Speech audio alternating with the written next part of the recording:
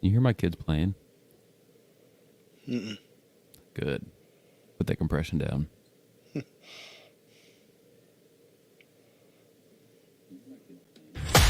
Welcome to the Bourbon Brigade Podcast with Kevin, Efren, and Chip, your typical disgruntled Army veterans who've come together for their passion of all things bourbon and whiskey. Stay tuned for honest reviews, whiskey banter, and information from the whiskey world.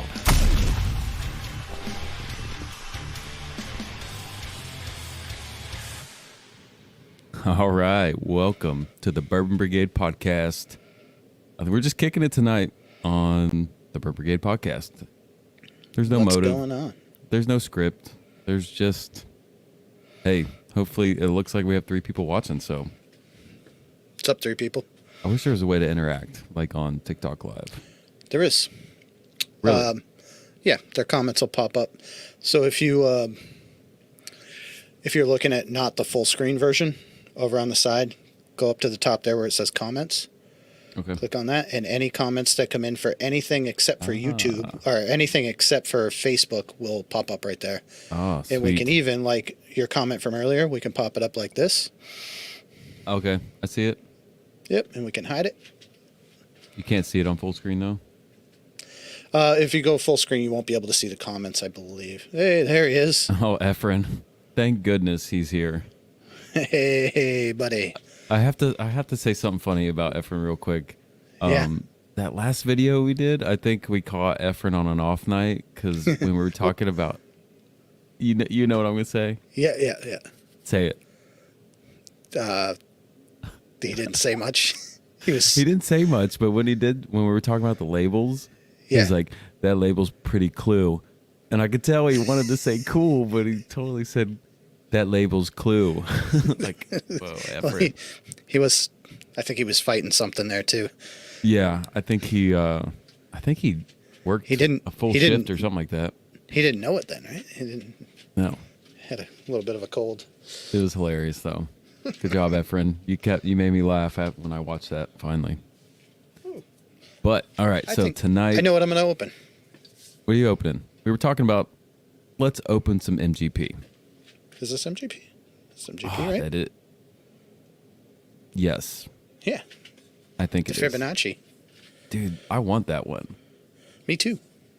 I have 2 Stellums. I have the Stellum Black, and then I have the store pick that I did with my store here. And they're both good, but I've heard really good things about the Rise, especially the Fibonacci. Good. I'm going to see if those are true here in a sec. Well, the MGP I'm drinking is not my favorite, honestly. This is one of the first batches. This is batch 32. It was bottled in December 11th of 2020.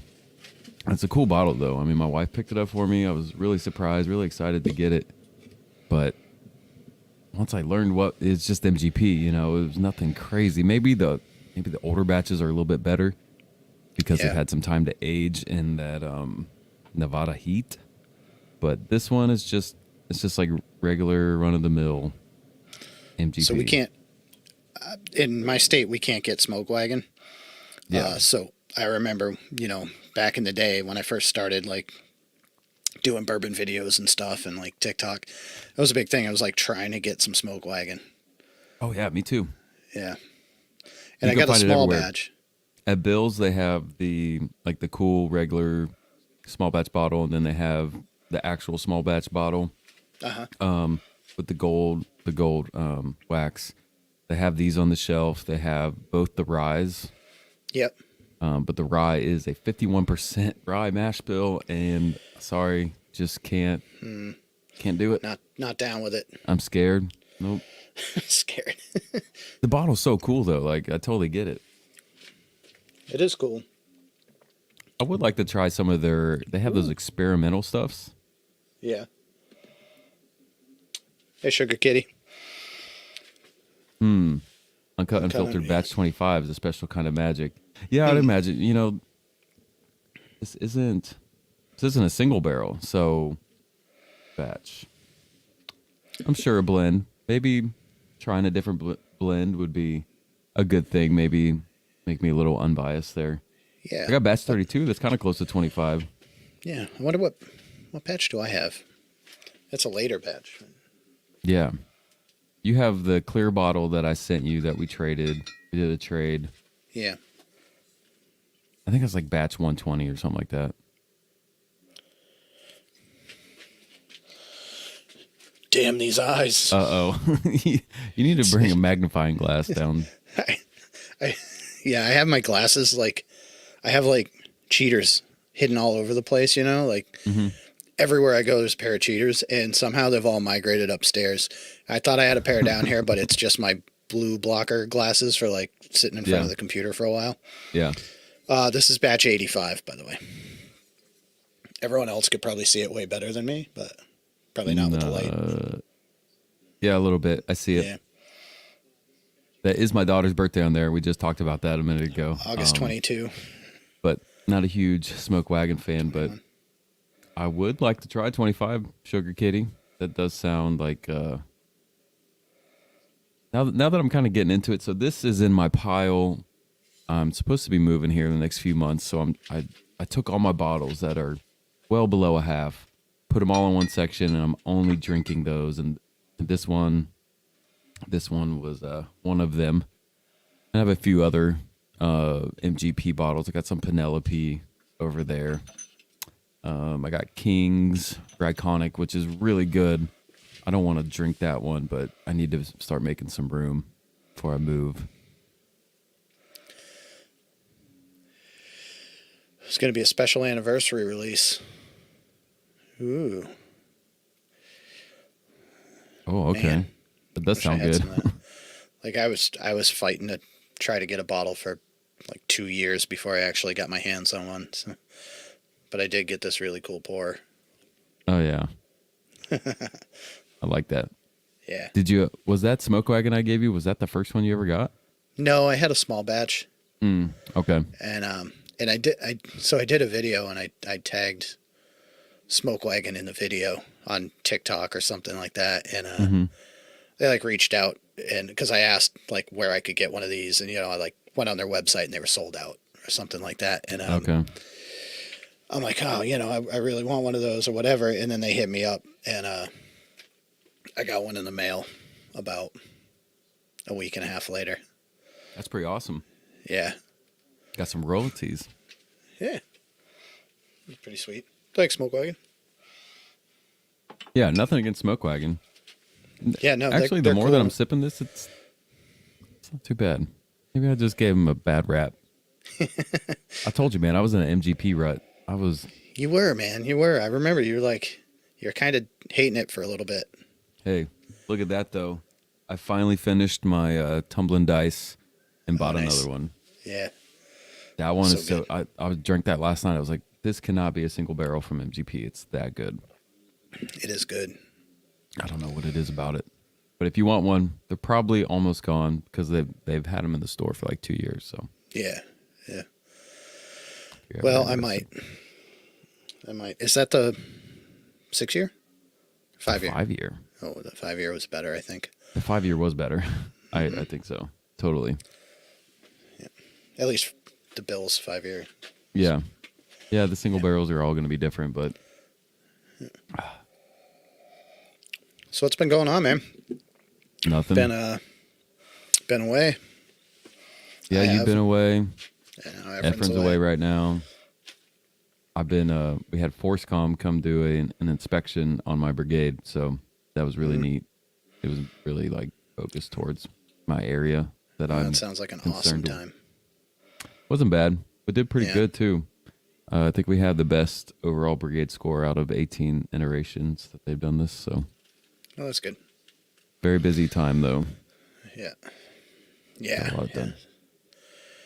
I kind of don't miss those, like, you know, hire's going to come down and look at your crap.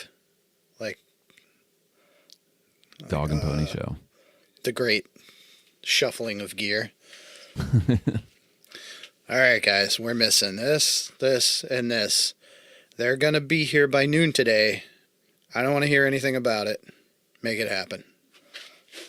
go steal it from someone else and then look good, and Hey. then It's just acquired. It's repurposed. there's no such thing as stealing in the army. It's just trying to find what the other guy took. I mean, it's still in the army. Like it's not like it came out of the inventory. It's just in someone else's inventory. True. There's this little document called It's just- 2062. Oh man, It's just a shuffling of inventories. things. Yep, things haven't changed.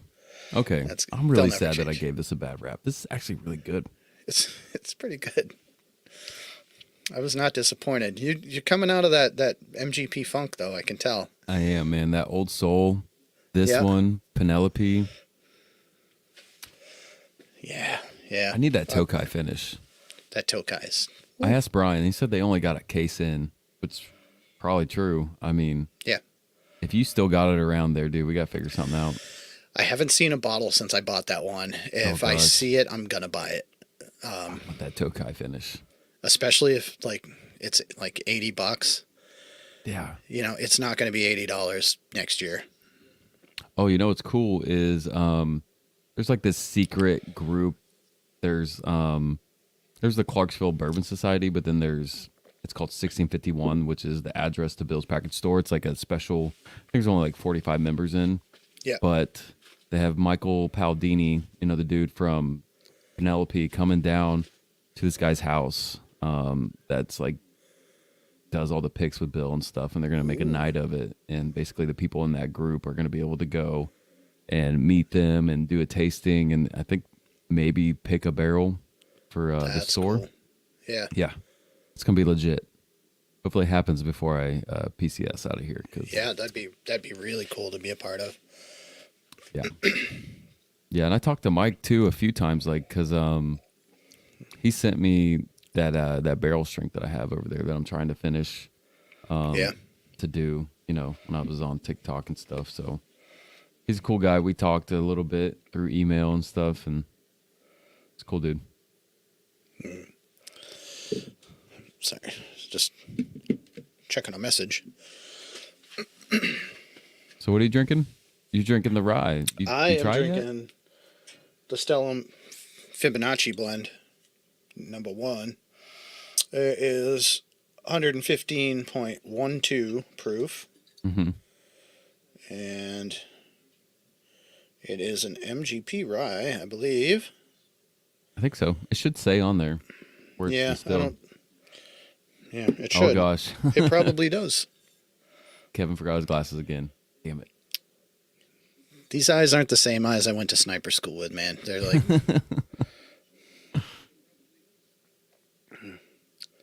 cast strength blend of straight rye whiskeys. Yeah, I'm pretty sure it's MGP. But the whole Fibonacci sequence, it's like this mathematical sequence, and that's how they like picked their barrels and blended them. It's kind of cool story how they figured that one out. It's supposed to be like the perfect blend. It's not bad. I'm kind of jealous. I haven't seen that one. I've seen like the black Stellum and then possibly just the regular Stellum. But I haven't seen any of those special ones that they do. What's that one? You sent me one from Bill's. Oh, it's the bourbon. Yeah, that's the bourbon. That's the pick we did. The Lyra, the store pick one. Oh, that Yeah. was really good. Dude, it's really good. What else is really good? What's that? The smoke wagon. The smoke wagon. But I will. So the only knock on it is, aesthetics. It turns to those little, like, raindrops on the inside, and they don't stay, those long aesthetic legs. So Yeah. that's kind of. I would give that a bad number if I was doing a tasting. I'd be like, yep. Our totally superfluous freaking grading rubric. Yeah. And we're definitely changing our rating scheme Yeah. that we have. It's no longer, the- the NCOER, OER evaluation. It's bungs. How many bungs can you get? Yeah. So I would give this Smoke Wagon uncut, unfiltered batch 32 6.5 bungs. 6.5 bungs. What are you giving the Fibonacci? I am giving the Fibonacci probably 7.8 bungs. It's a solid rye, man. I'm not That's a gonna lie. high proof rye. Yeah. You know a rye that I've seen that's MGP? It's the Templeton 10-year rye. Yeah, they're like it's 104 proof 10-year rye from MGP 95.5. Yep. Come on. I've avoided Templeton for some unknown reason. I'll tell you why. Probably. So they're 4 and 6 year. Templeton was so apparently TTB like rules and regulations. You're able to flavor your whiskey or add additives to your whiskey, and it Yep. still be called like a straight rye or something. I don't know. I was listening to it on a podcast, but they were adding like color and flavors to the 4 and 6 year, and then like they were also saying that they were distilling on the label, even though they were sourcing. So they got like a lawsuit on them. But the 10-year is Really? supposed to be like they're legit, like, hey, we're back. We're trying to get, on the right foot. There's no additives. There's a straight barrel. And I've heard good things about the 10-year Templeton. So I don't know. Well, I mean, sometimes it's hard to come back from things like that, but sometimes A 10-year high proof rye? Sure, why not? it's a good way to try to come back from something like that, I guess. It's in a good bottle, What's that? too. Like, I like why? it. Why though? Why? I Why know would you lie about it? Porque. Right? Porque. Pork. Yeah, I don't know why. They just Well, it's doesn't not even, matter. I don't even know if they lied about it. They just said it was like crafted, and I think they're out of Iowa or something. Was it just like that. tricky wording? Yeah, Or- okay. yeah. But if Not- it's sourced, it clearly should state like right here, the smallest lettering you will find on this label, distilled in Indiana. Yeah.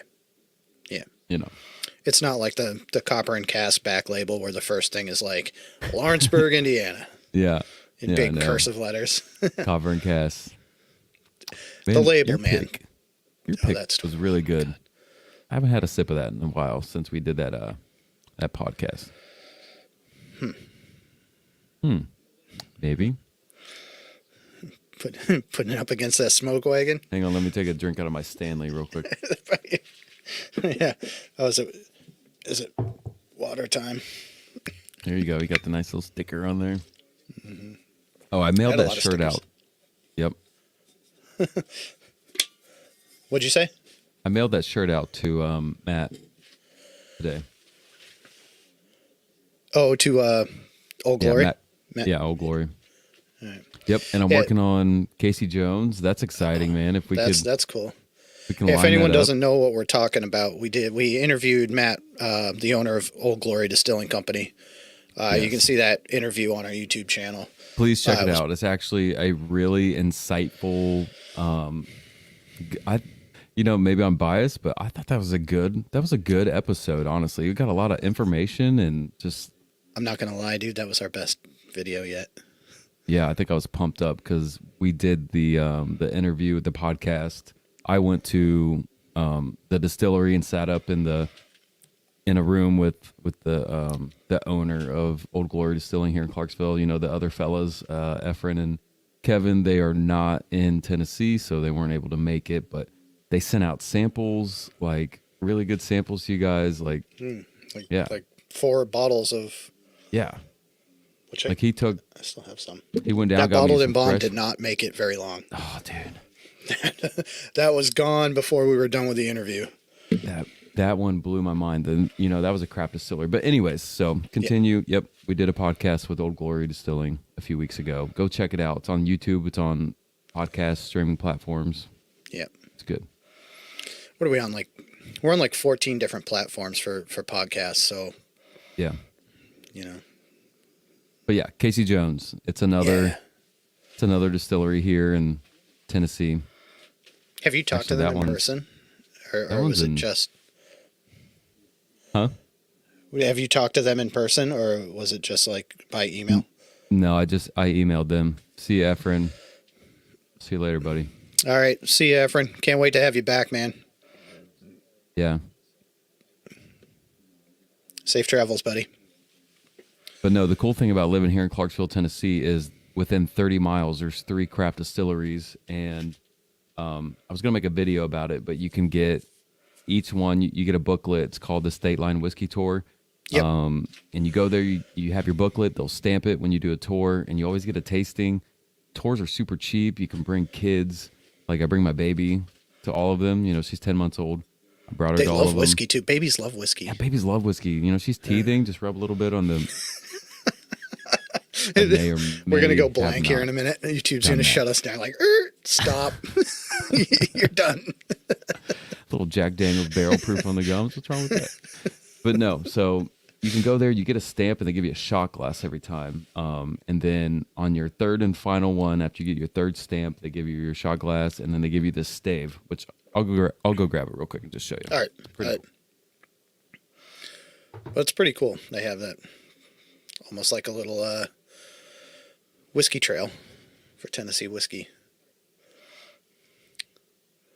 All right, so here it is. It's pretty neat. Oh, cool. Yep. So you get it's those 3 craft distillers that are those part of 3 that craft like distilleries, all within almost 30 little miles mini of each whiskey other. trail. Yep. I mean, it's a real stave. Cool. Definitely level 1 chart. Well, they kind of, you could tell they grind it down, sanded so it wasn't all Probably crazy. don't want to get their look. customers all. Look at that. Look at that line. Yeah, there it is. This is a legit one. But yeah. Anything? No. I'm going to squeeze it and make the devil's cut. It's you'd be the man if you could get a drop out of the piece of wood. That'd be. Dude, I would. I can tell you I can't, though. I'm not that strong. But yeah, it's pretty neat. And they're all good, too. I mean, honestly, there's not a bad thing I can say about a craft distillery. Before I tried any of these, I would have talked the most crap about a craft distillery just because the craft distilleries I had had before, man, they were like malted cereal flavors and super grainy and just young and not. That's the thing is like some of these are just they're barely legal bourbons, Yeah. you know, and they have to keep the doors open. Yeah. You know what I mean? So they're putting out, you know, their focus is going to be your clear spirits, your gins, your vodkas and stuff like that. And Yeah. unfortunately, their whiskey has to take a back seat until it reaches an age where they can sell it. And, you know, hopefully Well, that's a good thing. they take that next step and like age some more and like, keep, you know, and keep the ages, you know, going in like a vertical trajectory and not trending upwards is the main goal, I'm sure. And out of all those 3, MB Roland, Casey Jones Distillery, and Old Glory Distilling, Old Glory is definitely a much higher production, probably a little bit bigger. They have older juice. They have, I think the 2 single barrels I have are between 5 and 6 years old. And they're really good too. I mean, I bought that Tennessee whiskey at the distillery and it was 130 proof, and they barrel, what'd they say, 115, 110 is their entry proof. Yeah, it was pretty Dude, low. That's a lot of change in the barrel. So I mean, that thing, like I said, it is dark. You cannot even see through the glass. It's that dark. It's got so much barrel in it.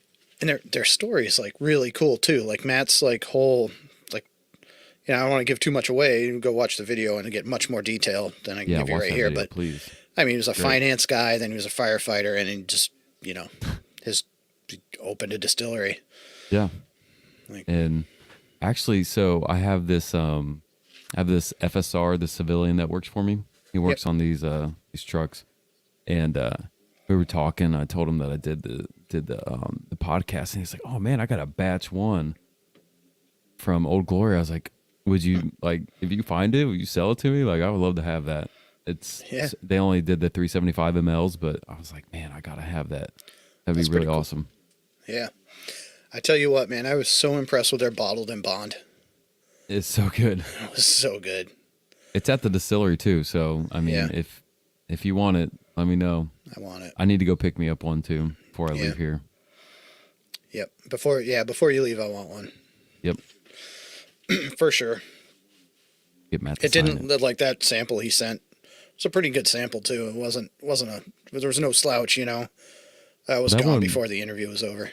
Was that one the Tennessee whiskey? Because I know I think they have a bourbon. They have one or the other coming out next. So, yep, bottled in bond Tennessee whiskey. Yep. Uh-oh, there's a drop left. Dude, kill it. Yep, I'm gonna. Right It's so now. good. Right So damn now. I'm a little upset. Yeah, I got to go to the distillery, but I didn't get any of You those didn't get cool- the samples. I didn't get the sample bottles. I probably Oh, could have yeah. grabbed them when we left, but Dude. you should send them back and be like, refill? But Still no, the so white dog. so no, we're Whole working thing on of white Casey. dog from them. Yeah, dude, that was actually really good. It really was. But you know who had the best white dog that I got to taste on the tour was the Casey Jones. No kidding. You haven't had a sample of the Casey Jones. I bought their 2.5-year-old bourbon whiskey. Wow, dude, you would not think it was 2.5 years old. Like, it's No good kidding. stuff. And their white dog was great. It was amazing. Their moonshine, and no, it wasn't white dog. It was moonshine, 125 proof. That I could literally sip that, and I haven't been able to say that ever about a moonshine. Moonshine's just very like blah to me. So, we're talking about craft distillers and stuff like that, and like a lot of them, like you said, taste like the cereal grains, like really Malted cereal, malted, like just you know, whatever. It's just not finished, basically. Like, yeah. it still has some time to go. I had that exact thing happen to me in Colorado. I'm not talking bad about them because this is going to be good in a few years. This Elkins. Okay. I remember So you it's- sent us a picture of that. Yeah. So this is a Colorado single barrel bourbon whiskey. It says it's 46.5%, and this is barrel 26, bottle 53. Like, they've got some information on here. Like, they're doing the right things, and it's good, but it has that cereal malt taste to it. I have a feeling that if they hang on to some of these barrels for 4 to 6 years, this is going to be really good at some point. Yeah. So there is sometimes age isn't everything for a. Let me go grab a bottle real quick, and I'm going to talk about a craft distillery from my area where I'm from in Ohio. Okay. Let me go grab it because I want to taste it real Yep. quick.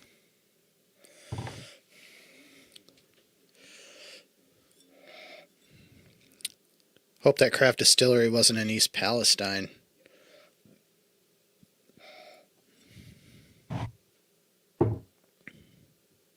Yeah, it's not from East Palestine, is it?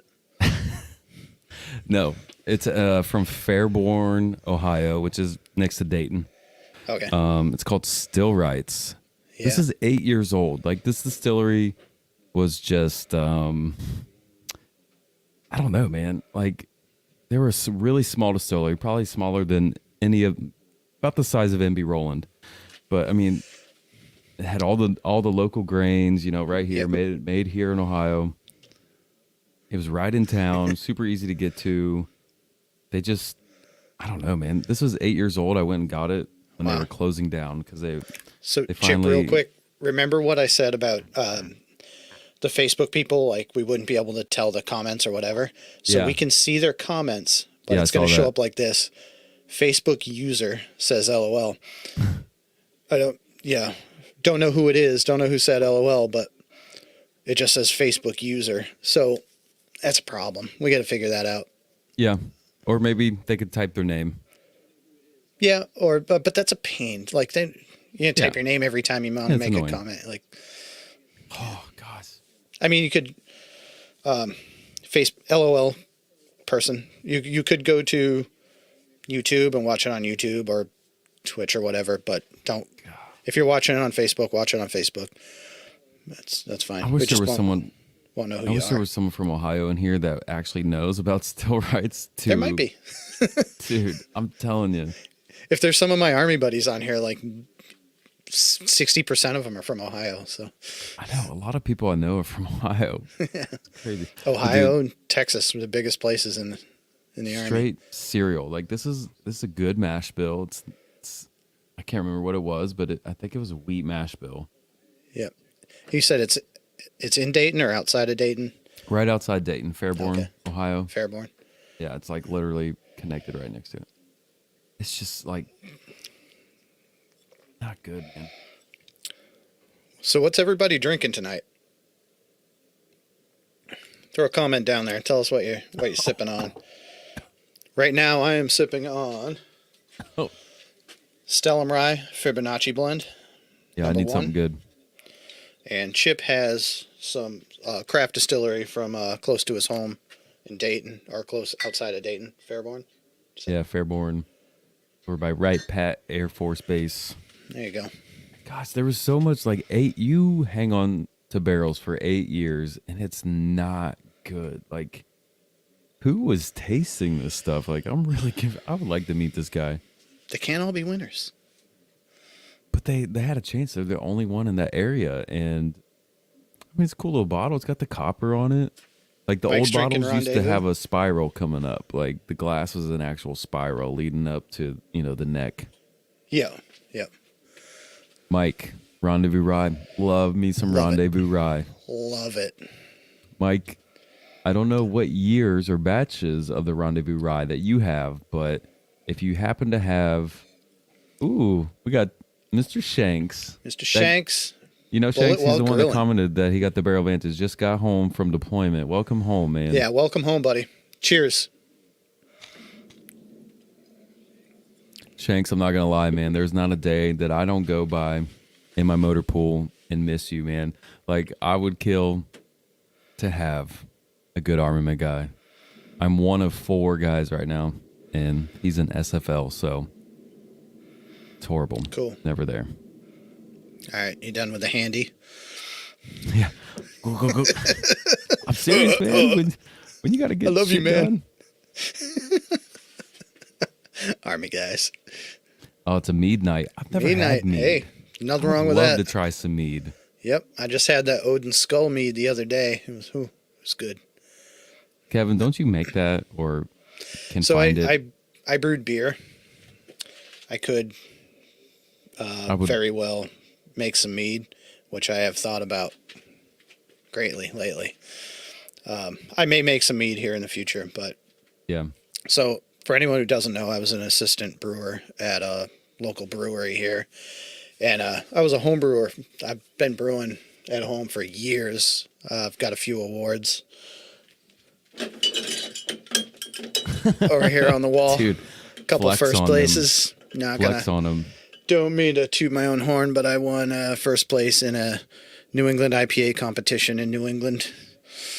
IPAs, that's some serious business right there. So That's some serious business. yeah, I worked in the brewing industry until COVID hit.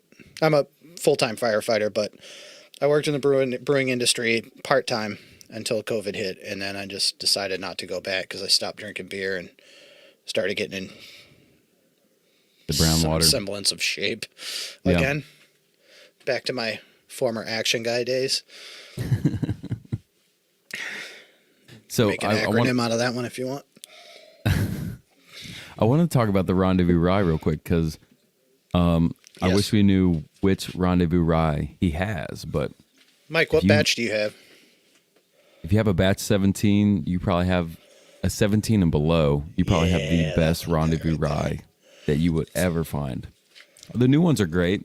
They just got a lot of younger juice in them, but the batch 17 has 16-year-old Barton Rye and 2 to 19-year-old MGP Rye.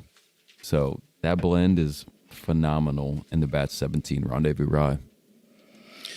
And we've talked about this before. Like, I wish Barton would just put out a 1792, 16-year, 18-year, like some of their old stuff. The 1792 12 is phenomenal. Yeah.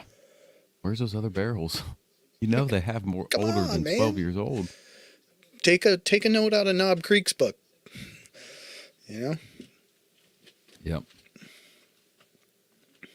Shanks, Bullet while grilling. Yeah, that dude's always grilling. He loves smoking meats, Nothing wrong drinking with that. bourbon. Love it.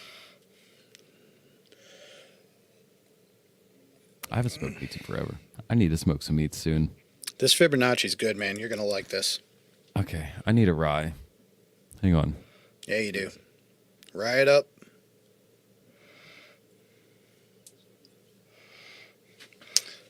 I have monitors. Yeah, y'all can't see this, but I have. I'm.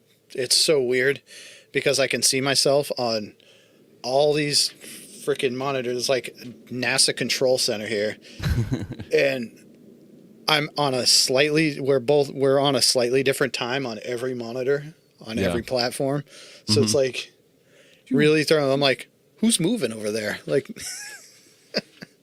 Have you had this? Just the King's Iconic? King's Rye. I haven't. I have Double the. barrel rye. Delicious. High proof. Aged Which one 6 is- years, 3 months. 108 proof. Double I have barrel. a 15-year rye from them. This guy. That's a rye? Yeah. For Wait. real? Stop. I lied. It's an American light whiskey. Never mind. Yes, Shanks, I did figure out my my smoker. I got it down to a science, man. Oh, nice. What do you got for a smoker? Me? I have a Dynaglow vertical smoker. So it's got the Nice. compartment on the side and then a tall stack. Okay. Shanks got helped me with that. Nice. He actually smoked on that before I even smoked on it, I think. Cool. Or maybe. Can't remember. I have a Pit Boss vertical smoker, a propane version. Oklahoma Joe Pro. Like, that's serious. I don't know much That's- about That's got to be John. That's John, right? Facebook user. Because it just comes up as Facebook user. But I'm going to say that's my buddy John. John. Yeah. That sounds like a legit smoker. I don't know much Yeah. about him. Yep.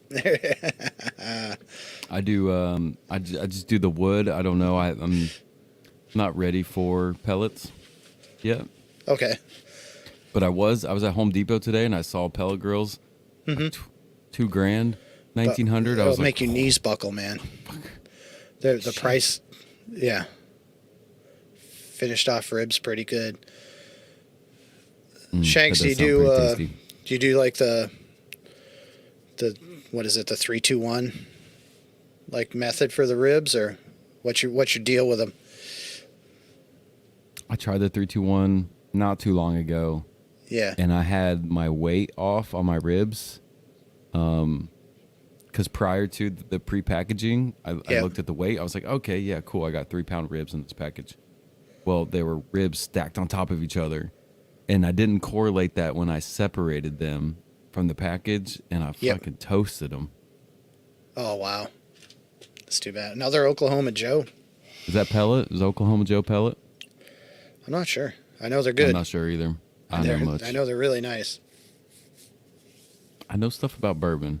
Not much I about do. smokers. I know a little about smokers. I know a lot about bourbon. I know a lot about things that go bang. Yeah. I know a lot of things about Vroom. Vroom and bang. Vroom and bang. 3-2-1. That's same with me, man. Yep. There's some people that are against the 3-2-1. They're like, no, there's much better ways. But It's foolproof for me. Like it's so easy. You know? this is so good. Yeah. King's looks good. Iconic. So good. Butcher paper for the Yep. 100%. See, that's where you get me. I use foil. I don't even know where to get butcher paper. Where do you go get butcher paper? Amazon. butcher? Amazon. I They figured, have why can't everything, you just- dude. You can why get can't you everything just- on it. Why can't you just get it at like Walmart? Can you? You probably can. Is it parchment paper? No, it's different. Or go to a butcher shop and ask for some paper. Amazon. There we go. Facebook You user. can get anything on Amazon.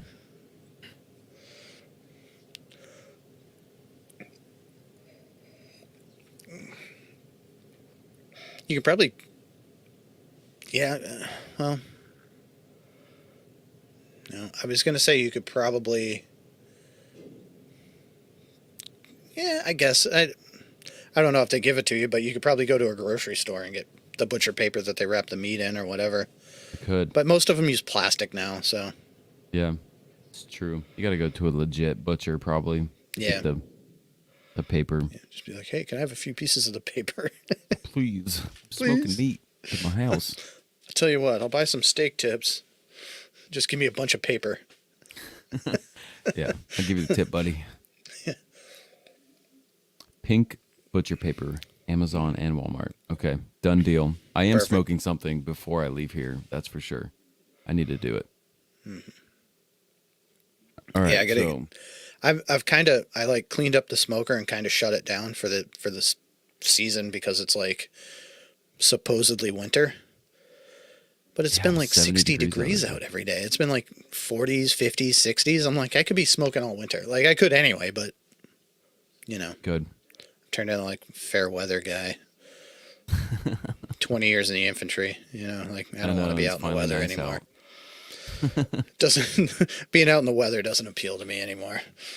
No, it's probably not a thing. Yeah. I remember my first infantry unit that I was attached to, like, supported or whatever. Yeah. Just see dudes like sleeping in the ground like a bunch of homeless dudes. I'm just like, That's it. at their woobies. Like, okay, man, like, I you get guys- it. I'm gonna go sleep over here. Like, I think about it now. I'm like, how did I even do it? yeah, dude. It's like, just like grab a poncho liner that doesn't really warm you at all, No. wrap up in the pouring rain, and just go to sleep on the ground Yeah. in like 60-degree weather, which is like hypothermia all day. Yeah. But somehow it was fine. Totally. Ibuprofen and water. It's got That's it. you. That's it. That's all it takes. The medics know what they're talking about, man. Negative temps and I'm still around it. Yeah. I have no excuse except for I just don't want to go out back in the rain and 40. So if it was snowing, actually, if it was colder and it was snowing, I'd probably go smoke out on my smoker all day and drink some whiskey and you know what I mean? But it's not snowing. It's almost every day 45 to 55 degrees and raining. And you live up north, Cape Yeah. Cod. I mean, I don't want to go out in that. no. I'll go out in snow. It's fine. I like it when it's cold. I'm a cold Yeah. guy. Yeah. I Really say that hot until or I'm really cold. Other than that, Yeah. it's that middle like weird to Yeah. useless zone, I call it. It's very weird. Yeah. And we get snow here and it's like, again, I tell the kids it's useless, like useless snow. Like the only thing you can do with it is just shovel it and get rid of it, which sucks. Why is that? It's just because it's kind of warm here because we're out in the ocean. So anytime it snows, it's just like sort of a mix of like snow and slush. Yeah. Unless we get like some big winter storm and it's really cold, and then it's going to be, it is what it Just is. like here in Tennessee. Same Yeah. thing. Yeah. Just push it out of the way. It'll be gone tomorrow. Honestly, it usually snows down where you are before it snows here. Oh, yeah. He's in Fort Yeah. Lewis right now. I've been to Fort Lewis. Yeah, I know. I feel your pain. I cut my teeth in the E4 Mafia at Lewis, so. Beautiful.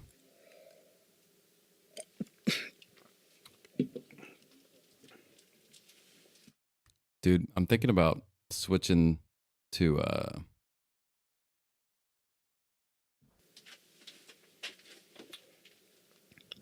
Wait one. reading that comment. No, you're good. I just had a little avalanche, that's all. What fell?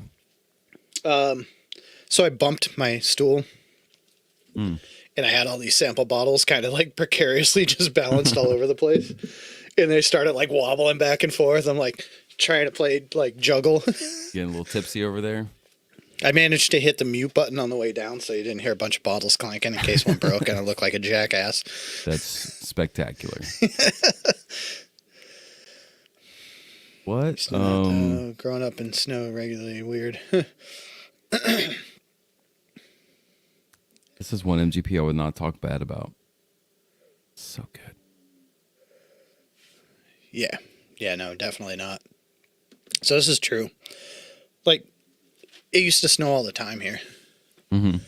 It used to snow, like, you could, play in it, do stuff, sled, whatever.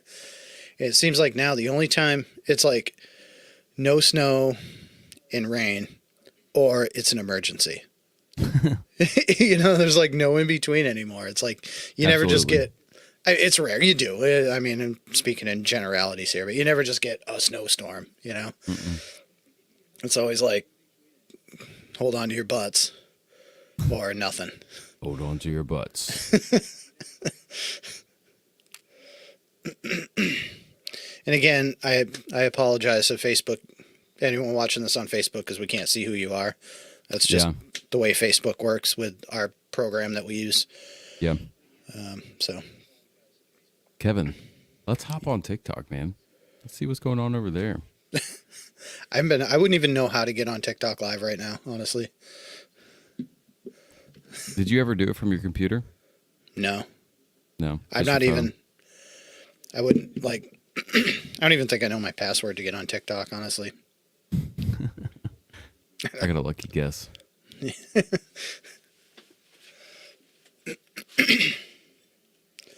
Yeah, TikTok's kind of fallen by the wayside for me.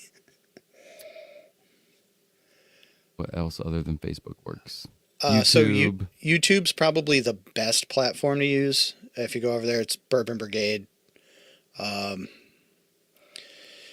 Same thing or whatever. You'll see our this logo on my microphone here. This is our logo on YouTube and across all the social media platforms or whatever. So YouTube or Twitch or whatever. But at least, so if you do that, at least we'll be able to see your name if you post something. Yeah. Yeah. I don't know why Facebook is weird, and it doesn't. Like everything else works. Gotta stay hydrated. You drink a lot of water when you're sipping? Sometimes. It's like key for me. Yeah. Hey, there he is. It's John. So I was talking to John earlier. Mm-hmm. He called me earlier and we were just chatting. John's a huge bourbon guy. He's in Chicago. Nice. I was in the Army with him. He's an old long range reconnaissance patrol guy. Okay. Cool. I say old, but he's my age. I guess we're old. We are old, so that fits. Nah. But we had a good conversation about the train derailment in Ohio. And It's crazy. the problem is like these chemicals seeping into the groundwater supply. Yep. And guess where they're headed? South.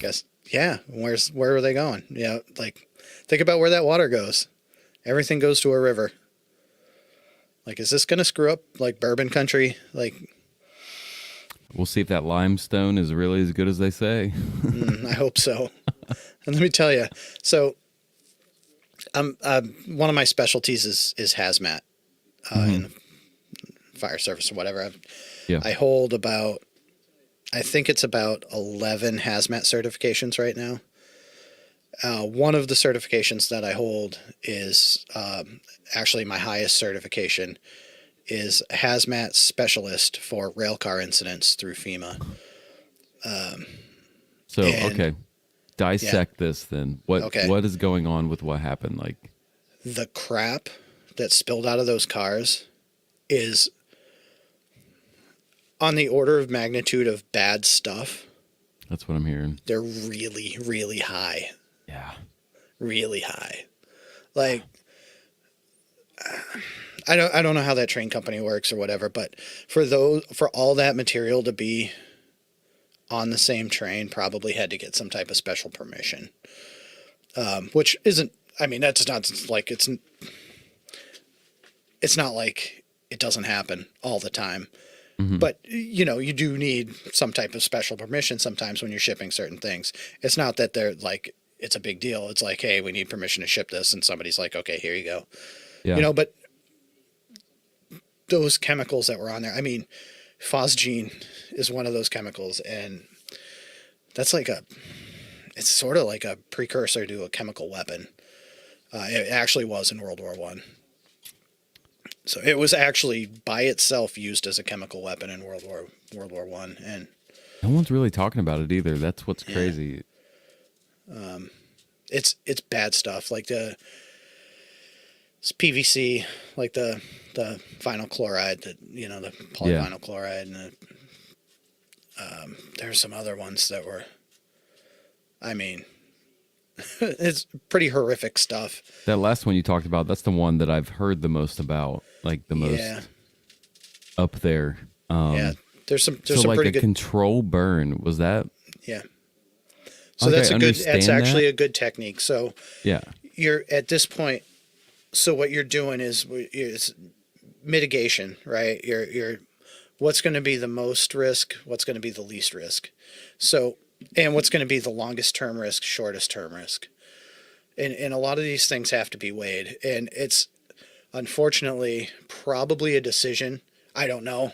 You know what I mean? Like, I don't know what went into this decision-making process, but I can tell from like my limited training in this, which is my highest certification of training for me, but there are other people that do this for a living, and they know much more about it than I do. But so you mitigate your risk, right? You're thinking lowest impact, shortest term is what you're going for, right? Mm-hmm. Lighting it on fire may have been the easiest way to get rid of the long-term risk of it sinking into the groundwater and contaminating, like having a East Palestine being, is it Palestine or Palestine? Like, how do they pronounce Palestine, it? I think. Palestine. I don't know. That's like way north from where I'm from. I'm not Ohio. sure, but you're talking about that being like a brown field, for a long, probably for the rest of our natural lives anyway. If it really gets into the water supply and really contaminates the water supply, It is, though. It's in the water supply. It definitely is. But how much? And you gotta start thinking about like what are the, how long are these chemicals active in the stream, and how long are they going to live underground, and how long are they going to contaminate things, where if they can mitigate that to half even of what it could be. Yeah. They burn it. It looks dangerous. It looks bad because there's this huge black cloud of smoke going up in the air. Did you see Shanks just commented on that? I saw a video today from the bird's eye view from an airplane of the smoke. Yeah. It looks it's terrible. Horrendous. It's terrible. Right. And it comes down to like, so now it's another thing that has to go into this mitigation of risk is now the problem with lighting it on fire is now it's not just a local hazard, right? Now it's gotten out of, and this is one of the things we want to do as hazmat people is we don't want things to jump out of the container. Unfortunately, the container right now is the earth in East Palestine. And you kind of don't want it to jump out of that container. Lighting it on fire gets it out of that container that you have. On the other hand, soaks into the ground, gets into the stream. Now you've got a serious problem there. Yep. I'm sure a lot of thought went into what they did, whether it was right or wrong. I have no idea. Right? I don't know what the best answer is here by any means, but I'm saying that it's not out of the realm. You know what I mean? It's not like far-fetched for what they did. Yeah. I guess that's the best way I could put it. Like, is it good? No, none of it's good. No, right? It's not. What's the lesser of the two evils, basically? Maybe. And then, like, the problem with it is, so the problem I have with lighting it on fire is you don't know what the weather's going to do. I know. Right? Okay, the wind's going here. It's a less populated area. This is what's going to happen, blah, blah, blah. And then the next day, like, oh, crap. Like, we didn't expect this. Oh, it's the Midwest. The weather changed? Oh, shit. Yeah, exactly. Like, oh, no, we had, like, so sometimes in the evening, like, if you have these big forest fires, there's times in the evening where you have what's called inversion. So the smoke obviously rises because it's hot, like basic science class crap, right? So, but there's this time where the atmosphere, there's like a cooling effect or whatever, and all of a sudden now inversion happens, and now all the smoke's on the ground. You know, it's a hard sell. I heard acid rain too. You know, Oh, it's, I maybe hear it's people's diluted, like, but it's pets still are dying bad. and like, Yeah, I'd get out of there, honestly. I that's wouldn't what they're stay saying. there. They're saying get out of there. I wouldn't. Yeah. I know people that live in East Palestine. I don't. I do. One of my really good friends that was in station with at Fort Benning lives there. I shot him a text. They're getting out of there tomorrow. Hopefully not too late. Like I don't know Yeah, how close hopefully. they were, but like you have your different radiuses that Yeah. mean different things, and Yep. I wouldn't want to be anywhere near there right now, honestly. Nope. It's terrible. It's a legit catastrophe, you know. Like, no one's talking about it. Everyone's talking about balloons, and yeah. You know what I couldn't find is anything from the East Palestine fire chief online. Not a single thing. Not a word. their mayor. I know I saw their mayor. He looked like just a regular fellow that works there. Yeah. I mean, it's probably a small town. It can't be too big. It is. but- Yeah. They probably don't have a PIO guy, so it's probably the mayor.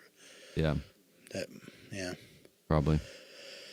Yeah. So So I'm in full screen mode, and when you somehow you click it, it pops up on the full screen mode. So it will on that, but you can't, like, if you're out of full screen mode, you'll be able to see all the comments on the side. Okay, yeah. And that's where it's easy for me to control and click what comes up. So Yeah. there's other comments. I haven't put everything up. But Just random ones. yeah, just kind of hand selected or whatever. Ooh, the finest of the finest. You made it. Yeah. Yeah, the wind is the worst enemy. Absolutely. This populated area until that weather changes. It's back. Yep.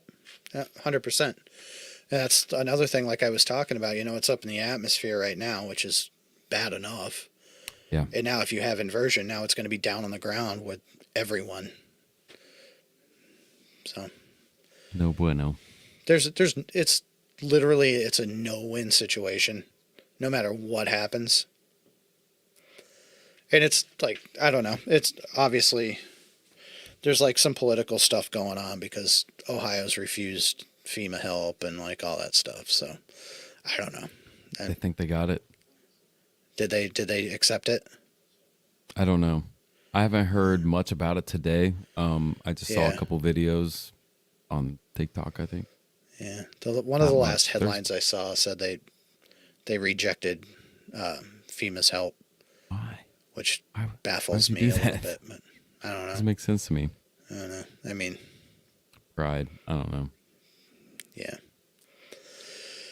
But I mean, it's I don't want to get into politics of it because I have no idea about the politics of it. No. But I know it's from, like I said, my very limited experience. I can tell you that if you think you can handle it, you can't.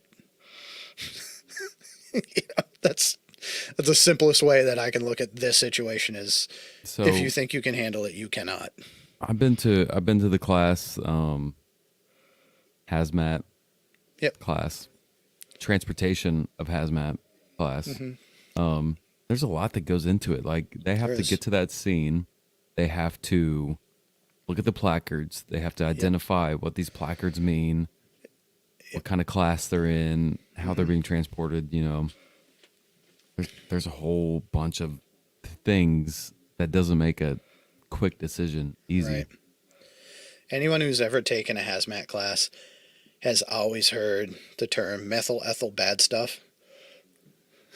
You know, like if methyl ethyl bad stuff, you know, blah, blah, blah, this is actually that. Like this is the stuff that they're mentioning. And when they say that is actually happening now. Yeah. But okay. John says FEMA's deploying there now. good. That's good. That's good. They have You know, it's the more resources, the better. Actually, in a situation like this, like regardless of what's going on anywhere in the world, like you're gonna need people in the know to take care of this stuff. You know, it's my opinion.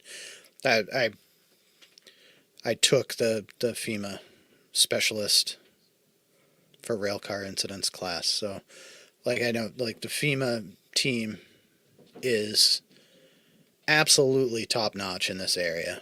The guys that trained us are like the guys that write the protocols for all this the FEMA railcar deployment stuff.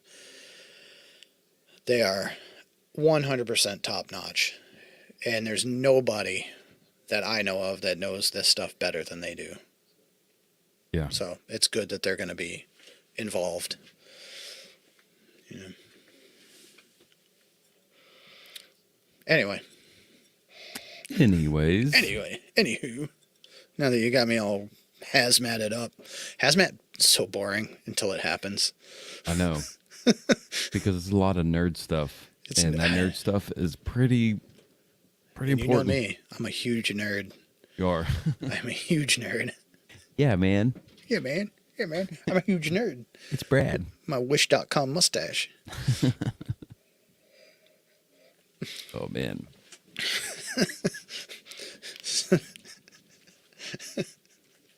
For anyone who doesn't know just how nerdy I am, remember that day I almost created an entire YouTube type platform because I was mad at YouTube? Yeah, I do remember that. I would not have that much time or knowledge on my hands. No, to be able to figure I don't that one either. out. I don't have the time. I could do it. It would be money. I don't want to spend a bunch of money on something that I'm probably going to get a cease and desist for at some point.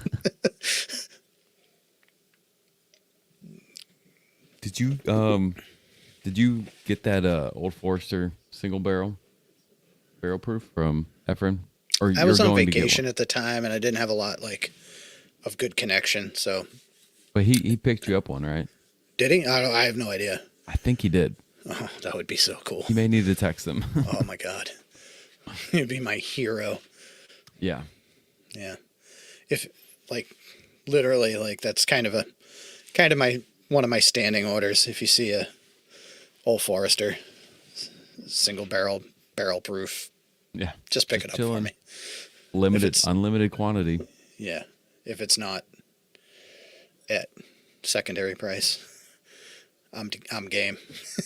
So I like the rye. The rye was good, Rye's nice. but it's not like, I don't know. I kind of like the 100 proof a little better. The 100 proof rye. Yeah. Yeah. It's a little bit more drinkable, honestly, Is it to hot? me. Yeah. It was hot, but when we did that we did that little experiment. Okay. How It was hot? rather nice. Like Stag Junior hot or like no, no? it Not just that. didn't. I don't know. Like if I saw it again, I'd probably buy it Mm-hmm. to trade it. Like I don't think I would really care for it again because I don't know. It just wasn't one of my favorites. I gotcha. It was You really know- good. I mean, I'm not saying anything bad about it. I would take the old Ezra 7 rye Oh, over that one. That's up there. Yeah. That's like top 3 ryes for me. It really is. John Ridings, he's in the comments right now. Him and I had a conversation earlier and about disappointment bourbons or whiskeys. And I think we have some episode material there. But real quick, one of my biggest disappointment bourbons that we talked about was 1792 Sweet Wheat. Oh, yeah. Not a fan Everyone of wants that. this bottle. They want it. Everyone talks about it. They rate it great. I was so excited to get it. I saw it on the shelf. I grabbed it and I took a big sip. I poured a big pour too. I'm like, yeah, I'm smelling. Dude. I'm like, where's the nose? It's not And good. I tasted it and I'm like, wait, what? There's no taste. I've been lied to. Yeah, it's horrible. Like, There's nothing going on in that bottle that makes it a sweet wheat. It's Yeah. not. It's just not. Why doesn't the Army teach drinking boot camp like the Navy does? So Glenn, I worked with Glenn. He just retired a little while Nice. ago. Congratulations. Yeah. What did he retire Leaving from? me from the fire department. Okay. Leaving me the last veteran on the fire department. Ooh. Yeah. Last military veteran on the fire department.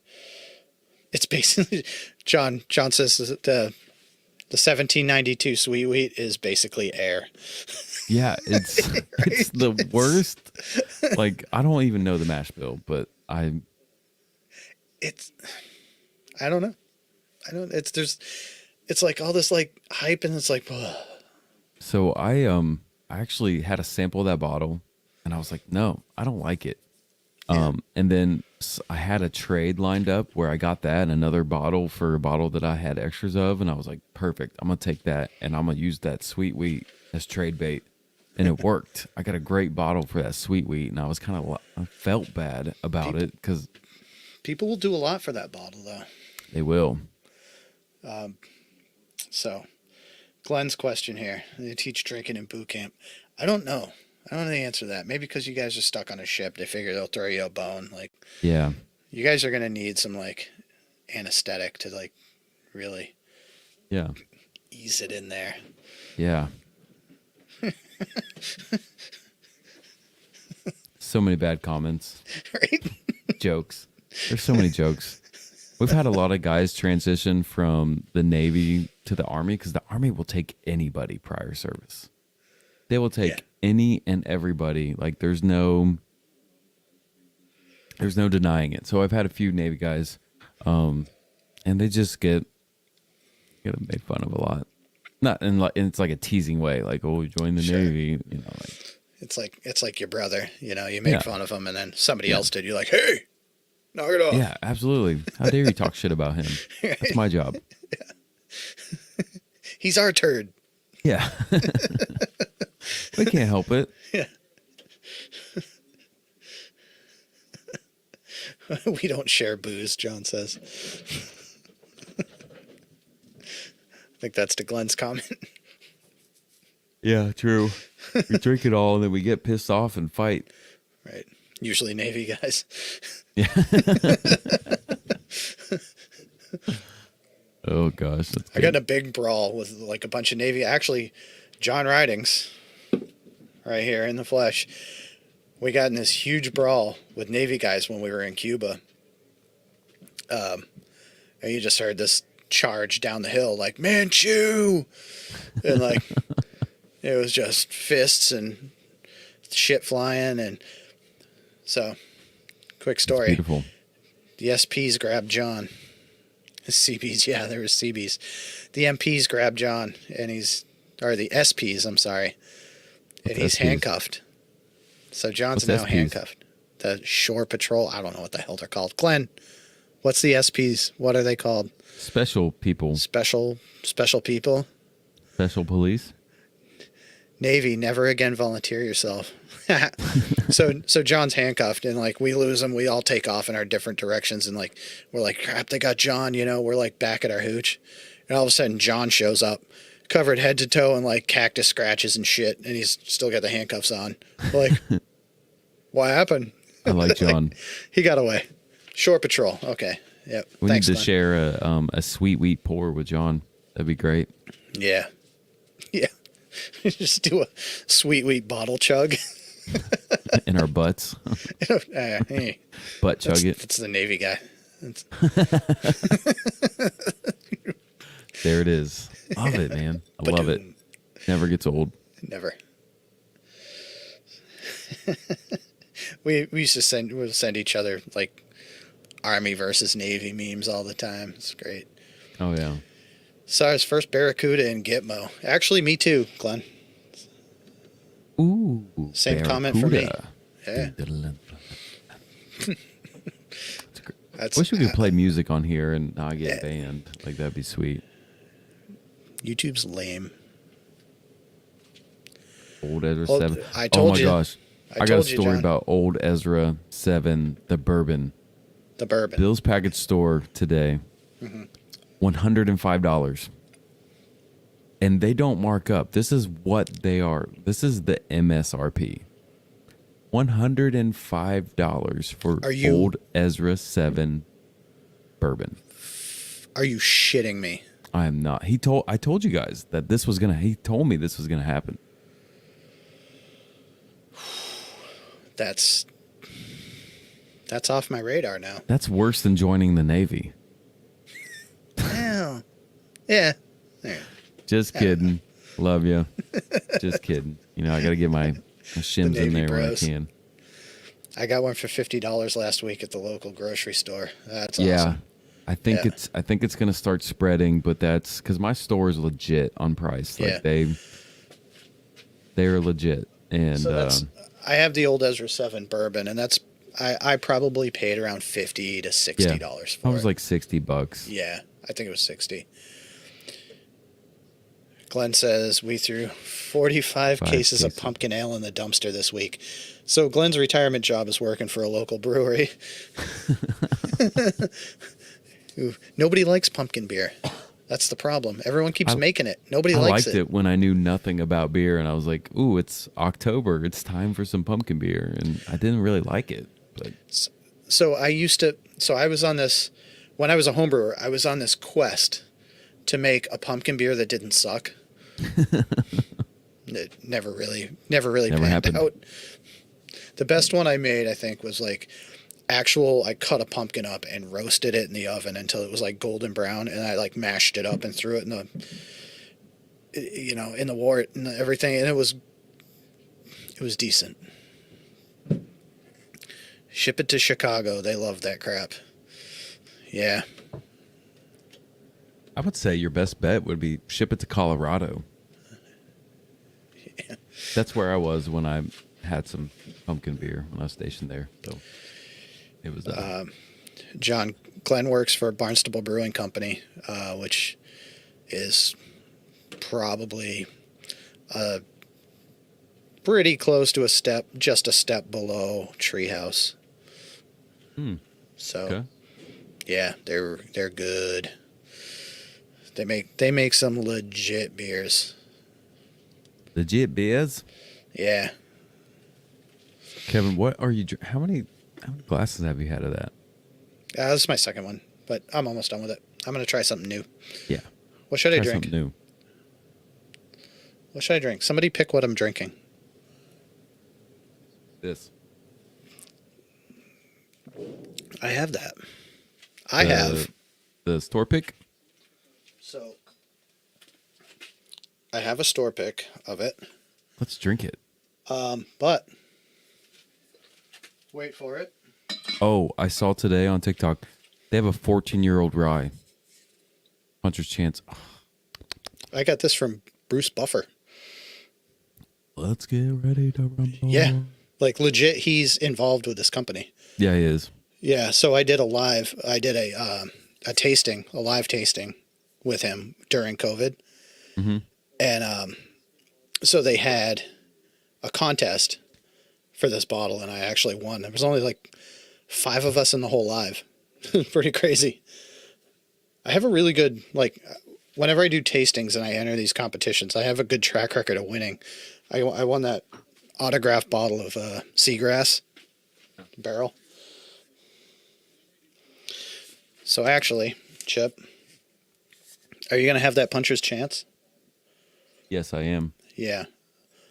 I might do the distance. You sent me a sample of that. It's gone. I remember it being good. It's good. I think you sent that when we did our remember we did our 3-way blind? Yeah. I think you sent me that one. That's right. Yeah, it was a tricky one. So the pumpkin beer is misunderstood. The best one I found was from Elyson. Okay, Elyson. I know them. Yep. So They're actually they sold out. I don't want to say sold out, but they actually sold to they're affiliated with Anheuser-Busch Elysium now. They didn't change anything though. Their stuff's still the same and still really good. But are you drinking the distance or the regular store pick? So this is the distance. just because I Lucky. haven't had it in a long time. So anybody that Glenn. may not know what this bottle is, honestly, even the small batch, this is really good, honestly, in my opinion. It's good. It's from IJW. Glenn's going to get some chip hate right now. What? I know how much What? you love scotches. God, I hate scotch. I hate it. It's just. I do have one. I have an Abelor 12-year. It was a gift. Mm-hmm. I think it was finished in a different cask, like fruit cask or something. It's not bad. It still has that peat. Yes, dirt. John, thank you. Dirt is the Dirt. Dirt. What you got there, Kevin? So I was going to show this to Glenn because I think Glenn would be really interested in trying this. Oh, that's that one you got. Yeah. So this is a store pick Irish, and it's a barrel strength, and it's finished in bourbon barrels, and it is absolutely amazing. I'm actually I need a sample of that. I'm actually a fan. Like, this is really good. Did you try it? Yeah. Yeah, Dude, I need a sample of that. All right, I'll send it. I need that. Yeah. So this is the. It looks so light, though. That scares me. They all look light. They're Irish. This is a barrel strength though. I've never had a barrel strength Irish whiskey, so. I haven't either. It's 62% too. Okay. It's not a light one. That's 124, right? Yes, it is. Look at that. Look at that. Quick math. That's that warrant officer shit. Yeah. Dude, I don't even know how I became a warrant officer. They just let anybody in these days. So. This shit is so good, dude. IJW. Do you know who IJW is? That's who makes this. Yes. They source it from IJW. And Bruce Buffer's involved. Okay, Blue Label is overrated, but I will say before I got into bourbon and I was more involved in Scotch, the Blue Label was actually really good to me. But then once I got into bourbon, sweet notes, the Blue just wasn't good to me at all. Yeah. Glenn, yeah, I know, like, so Lefroy's his favorite. Mm-hmm. He only drinks Islays. He hates Highlands. I'm in the same boat when it comes to Scotch. I don't like Highlands. I have no idea what any of that means. I want the smoke to, like, punch me in the throat. So. Ah, nice. Got a Redbreast 15 in Ireland. I hear that's good. I hear it's Redbreast, good too. I hear good things about Redbreast. I'm not opposed to the Irish whiskeys, honestly.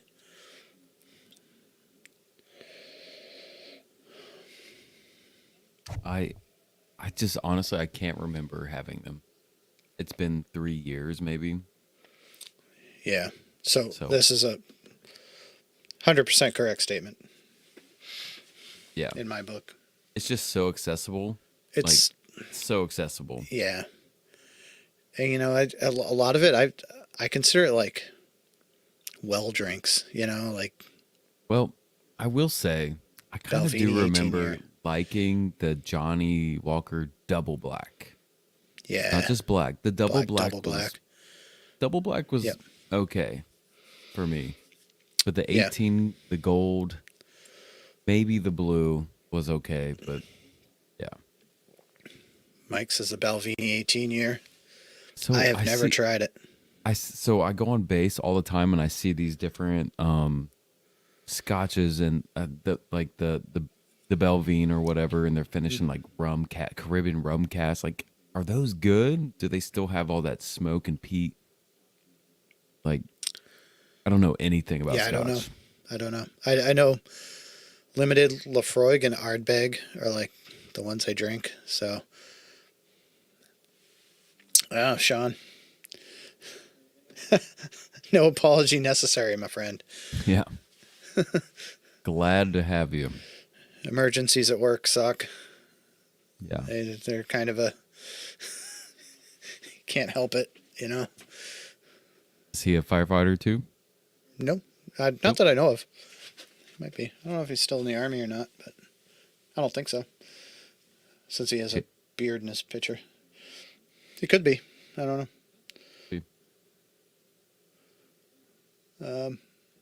Yeah, looking forward to see what this show's about. So basically, there's usually three of us.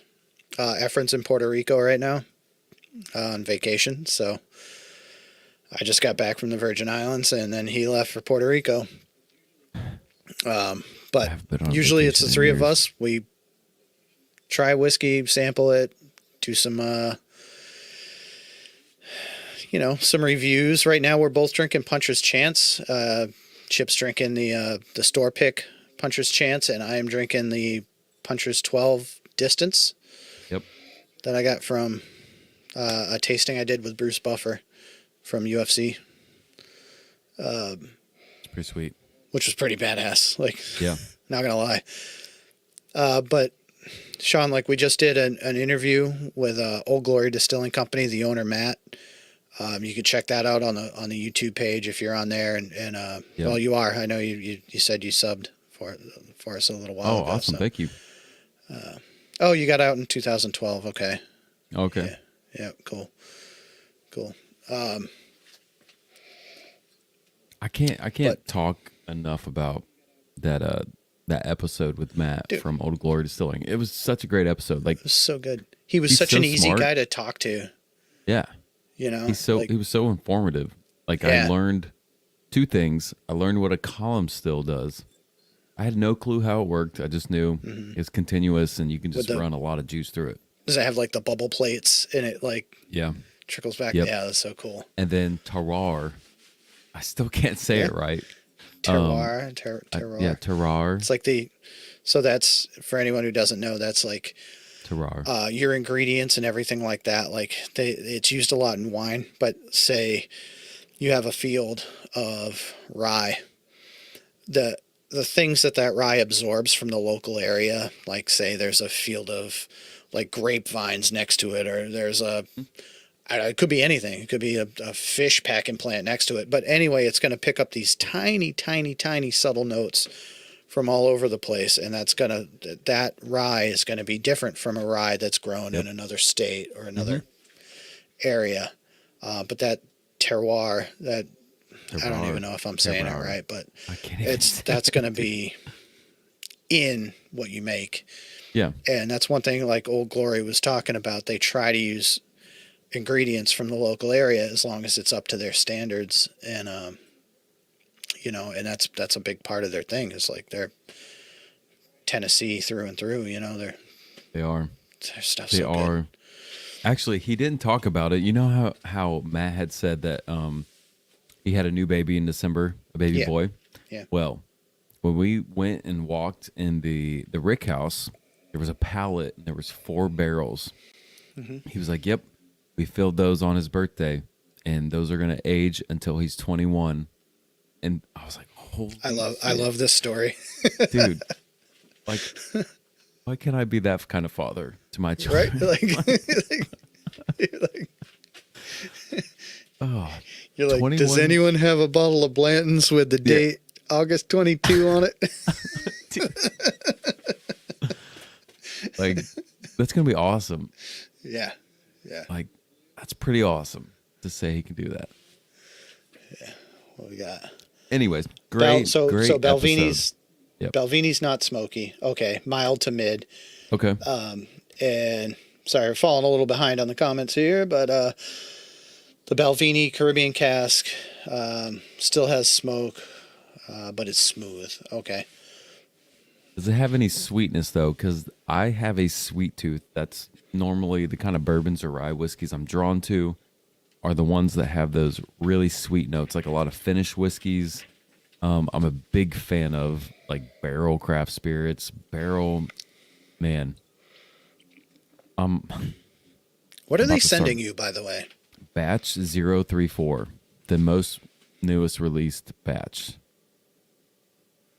You bastard. I haven't gotten any of their batches. I mean, I have a single barrel store pick, a 14-year-old single barrel store pick. And then I've had the Vantage, but like for real, like they're so good. Why? I don't know why I have not picked up Seagrass, Armida, another Vantage. Like the Vantage was delicious. We were blown away by that thing. Blown away. It was so good. The Vantage. So Barrelcraft Spirits Vantage.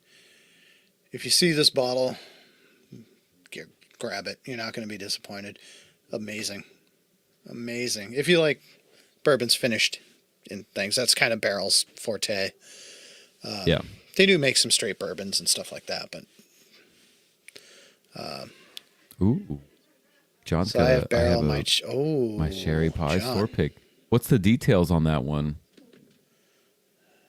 That sounds very amazing. curious about that one. Yeah. So I have to get a Seagrass as well. I can get a Seagrass anytime I want. I see them all over the place, but So my I have one, but I won't open it because No, it's autographed I wouldn't by open it. Joe Beatrice. So But honestly, dude, I feel like if you because they sell from their website, I think they autograph a lot of. I bet you could just email them and be like, "Hey, can I just get an autograph bottle?" yeah, I'm sure you can. I mean, that's how I got it because I did some work for a local distributor of Barrel Craft Spirits. Yeah. So I did a couple of videos on TikTok, just kind of promoting the stuff and in the store. So, yeah, that's what that's about. So I've seen those other like Seagrass bottles, the $250 ones. Oh man, I don't know about those. That's just a lot. There's one sitting at the Class 6. It's been there for like a month. Yeah, 250 some bucks for the Seagrass and the black box. I don't know how old that one is, but dude, that's I'd probably grab it. I would. How much is it? 250. Bills has a 15-year in the black box. That's like 225, right at the limit. And then they have a 24-year-old, which I think is a light whiskey that they, ate or 24. Yeah, it wouldn't be a good bourbon. 24-year-old. I don't know. No, it's got to be like a light whiskey for sure. Yeah, It's got to be something not a super heavy char barrel. Right. Yeah. So John says that barrel, my Sherry Pie, tastes like cherry pie. Says it's a 9-year-old, 113.5 proof. Where's it from? Is it from Tennessee? Because it should say where barrel's pretty descriptive on where they get it, whether it be Kentucky, Indiana, Tennessee. I got a single barrel. Let me grab it. Shank said that Vantage did not disappoint. Great bottle. Yeah, man. Yeah. So we did a review on the Barrel Vantage on our Facebook page. On our YouTube channel. If you go check that out, it's Indiana. Okay. But yeah, we gave it like a resounding thumbs up, and it was such a great bottle. Retro. That's the one I got. Yeah. It's What is that one? 14 years, cast strength, straight bourbon whiskey, single barrel, store pick, and distilled in Tennessee. So this is Dickel, straight 14-year-old Dickel. It's he's got an Indiana 9 year. Yeah. So that's probably a good one. That's 14-year Dickel. This one, yes. That's got to be good. There's some Dickel haters out there, but Chip likes the Dickel. That. There's some esters at the bottom. Don't you, Chip? I do, man. I love a good Dickel in my mouth. I'm not gonna lie. Great mouthfeel. And I totally get when people say like, the Dickel Flintstones vitamins. I get what you're saying. I like it. I don't mind it. Here we go. Sean's got a question. Maple bourbon. Ready? 1, 2, 3. Knob Creek. I've heard bad things about that one. So recipe calls for maple bourbon. I have a maple bourbon. I'll just send you some samples. For real, give me your address. How much do you need? Don't post it on here, Sean. Hang on.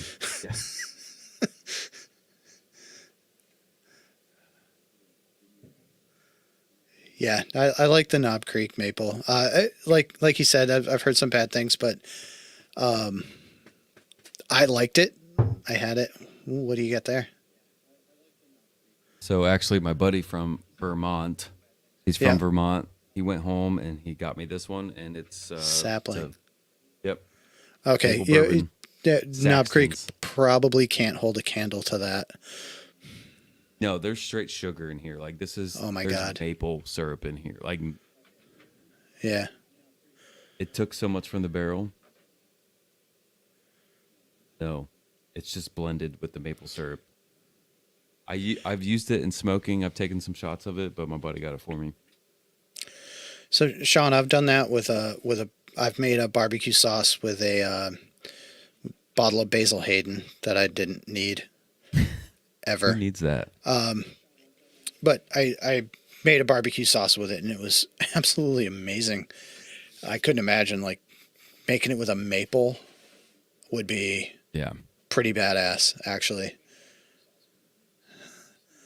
Wouldn't need much, usually drink gin, but keep a liquor cabinet for cooking. Cool. Yeah, definitely. So, Sean, you can, on the Bourbon Brigade Facebook page, Chip's on there. Chip Story, you can see like his name's all over the place there. So, private message him and Yeah. send him your address. He'll send you a sample of that, I'll send you as much as you that need. maple. Right here. It's blended whiskey and maple syrup from the best place to get maple syrup, Vermont. I hear they have great maple syrup. So, All right, But if you Shanks wa- is heading out. See you later, dude. see you, Shanks. Hey, Thanks for welcome back, stopping in. man. It's probably pretty good not to be in Iraq and smoking things in your backyard. Cheers. Yeah, cheers, brother. Have a good meal.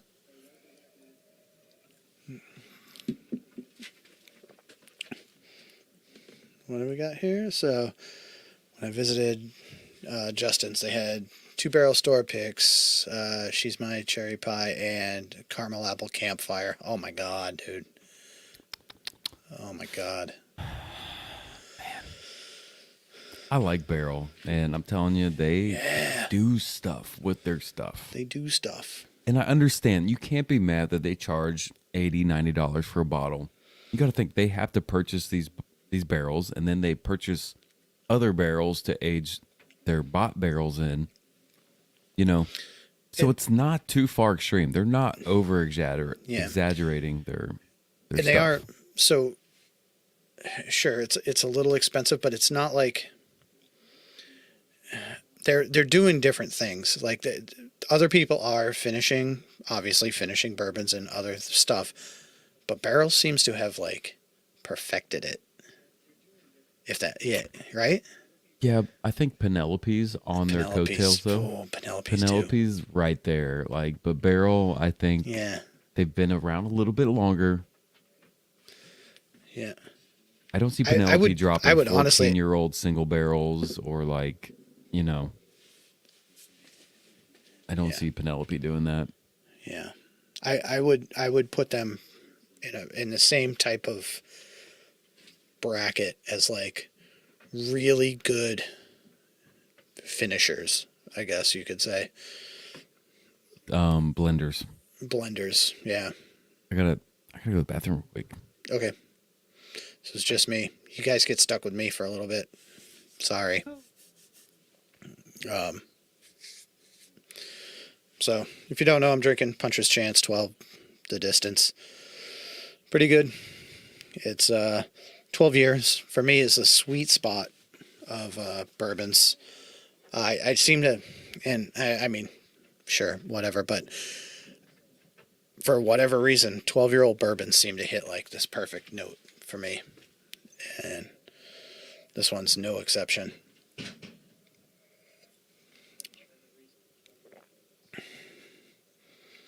And like I said, I was in a tasting during like COVID lockdown or whatever, with Puncher's Chance in a local store that they were doing some stuff, and Bruce Buffer happened to be on there. and he's part owner, part like not owner of IJW, but owner of like the product. Like he's the catalyst for it, and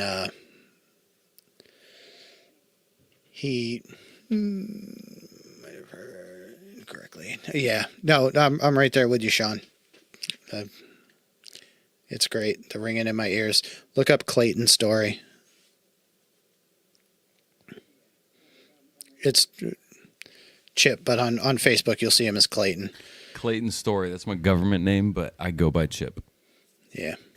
Clayton Story.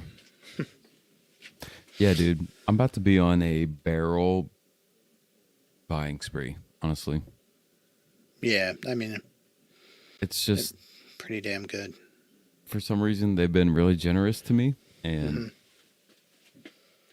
I need to share some of those samples. So that's still from your TikTok stuff, right? Like they're like, that's great. Keep that line of communication open for sure. Yeah, dude. Like I need to. That's why I'm trying to get like the TikTok thing going again. It was fun, dude. It really was fun for me. Like today I made a video and it was funny. Like I thought about it. I was like, this makes me laugh, and that's all that really matters. That's all, yeah.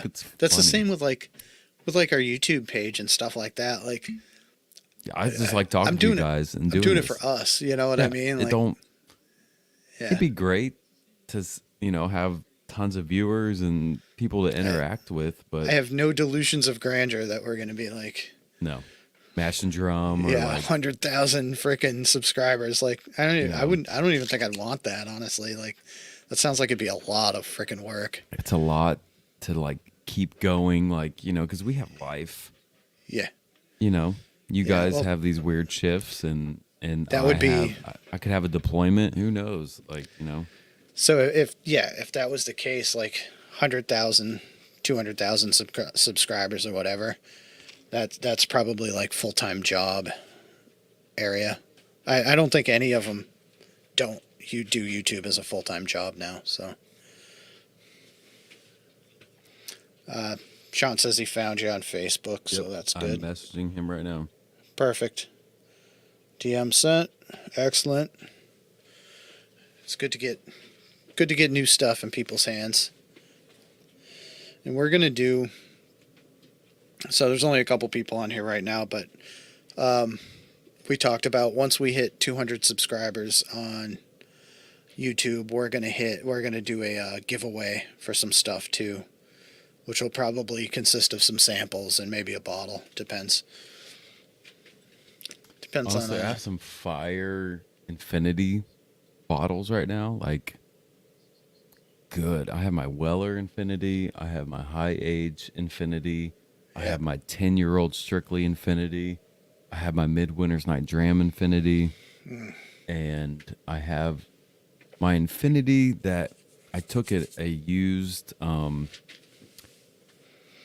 spiral that was soaked in port wine, and I took my shittiest whiskeys and poured it in there, and those shitty whiskeys are now really good. I'm not gonna lie, like it's really good. I'm not lying. You have a lot of Infinity bottles, huh? Dude, I have 5. 5. You could make an Infinity. Dude, I'm serious. Like, I really want to get into bourbon when I retire from the military, because I could be a blender. I don't have to be a distiller. I'll be a blender, like barrel, man. I feel like but I don't know, man. I feel like we need to do our thing. You obviously have the, the thinker to like do all that yeast stuff, and dude. But I'm telling you, I'm like, I'll get down with the wood. Efren will be the taster. I do maths. You do maths well, man, and I feel like I don't know. Never thought I'd say that. Yeah, dude, I can't. I did pre-algebra for 3 years in high school because I couldn't pass it. Dude, I'm in the same boat. So like, I remember failing algebra miserably and telling my teacher, I'm never going to use this stuff as an adult. And then I became a sniper and used it like literally every shot. But that was like fun, physical, you're seeing it happen kind of math. Like, oh, George goes and gets 12 apples, and then Yeah, what's the no, it square was root of the apple? Definitely like practical. Yeah, practical. Yeah. It's like Kevin adds 3 clicks and pulls the trigger. Kevin adjusts his front sight post 12 clicks, and then adjusts his front hits sight the post. target 3 inches from center mass. Yeah. What does he do?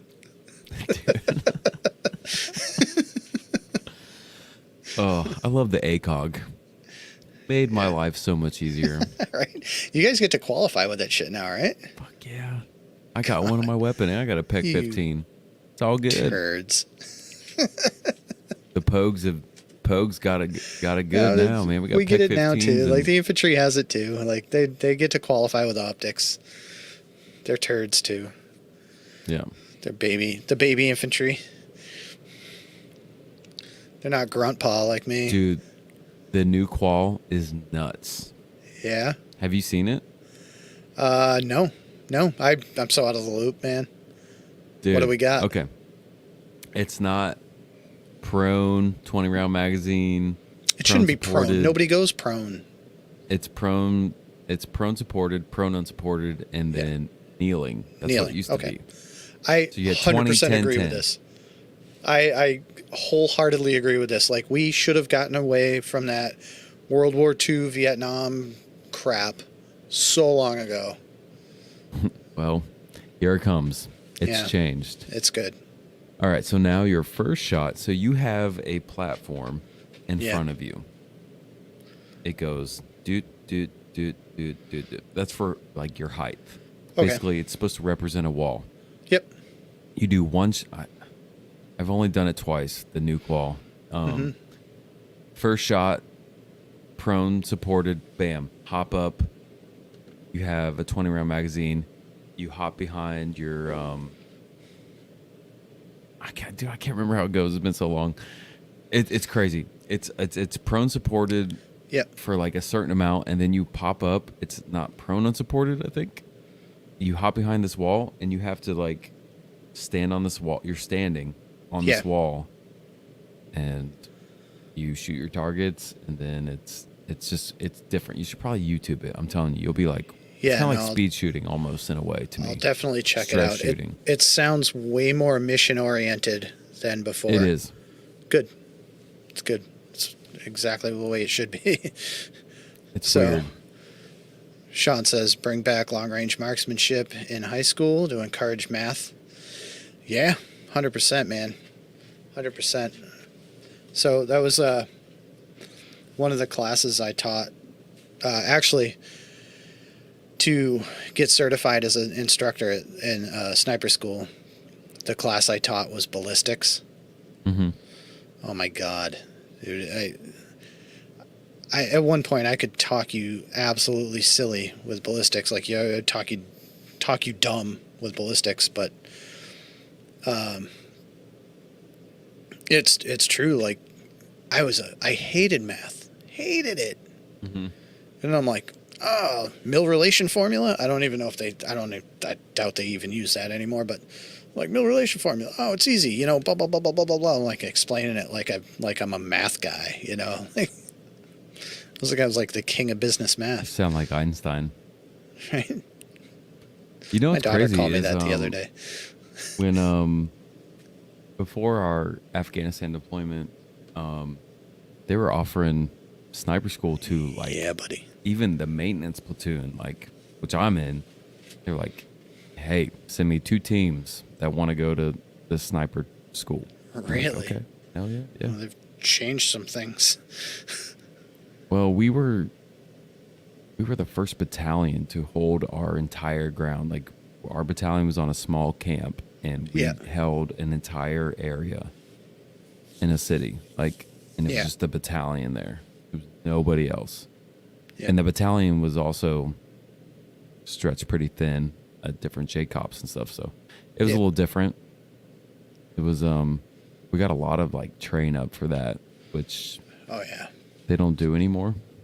A lot of medical training, a lot like this is shit I did too.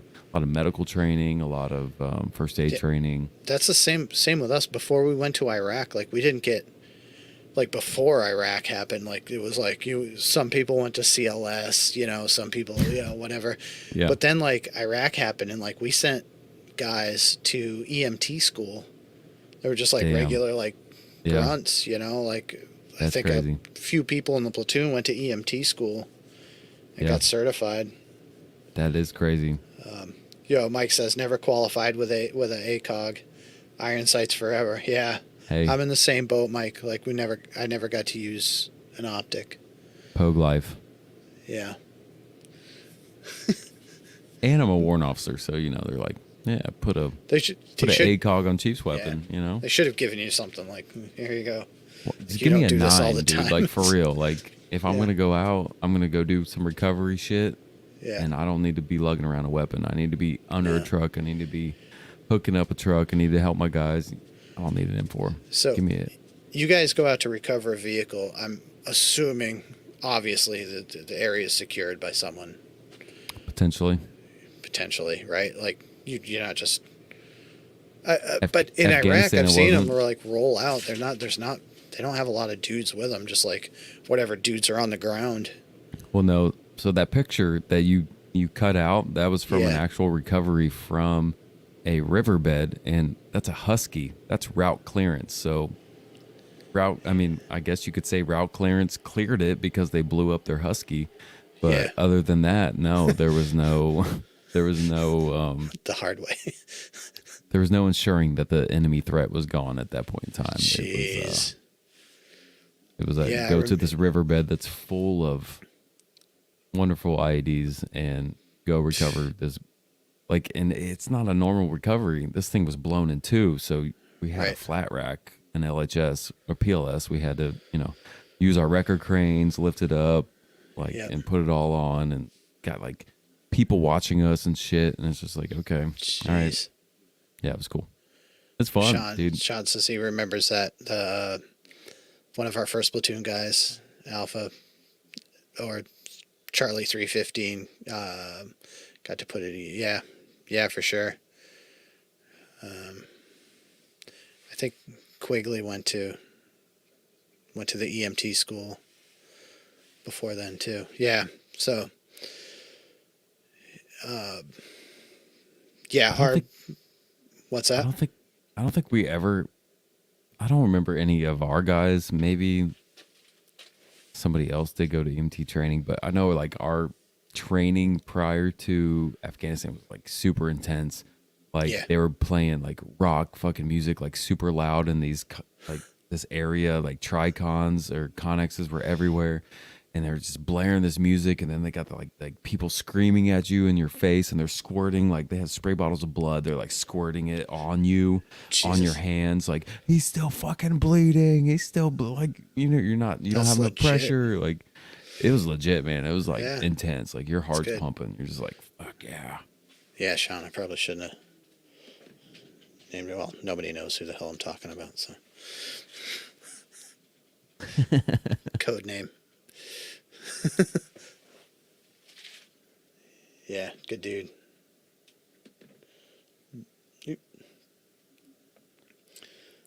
So, I need another drink. Do you have any barrel? Drink barrel. Drink barrel. What are we drinking? So you sent me an Armida cask. I want to drink Yes. that. Okay. Have you tried it yet? I had it like a year and a half ago. I remember it being good. Did you? But I sent you. You still have the sample I sent you? Yeah, I haven't drank it. I haven't drank your sample. I've had a sample prior. All right, let's drink it.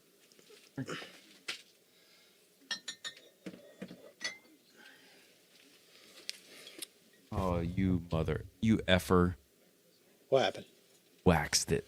I waxed it. It's You it's waxed shitty wax too. There's I will no say, pull tab. dude, that copper and cask was Yeah. not hard to take off. It was actually pretty good. Like You may actually need like a blade to take that. I I didn't don't make see a it. pull tab on those. yeah, I don't see a pull tab anywhere. No, I didn't. I just dipped them in wax a million times. to be a smartass. Nope. I'm gonna get it. Just gonna twist it. Oh, look at that! It just came off. I just twisted it and it came off. Oh, sweet.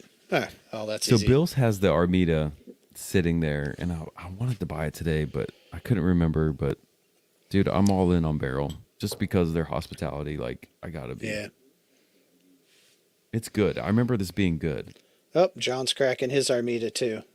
Dude, let's go, John. Bring it. Anyone want to jump in here?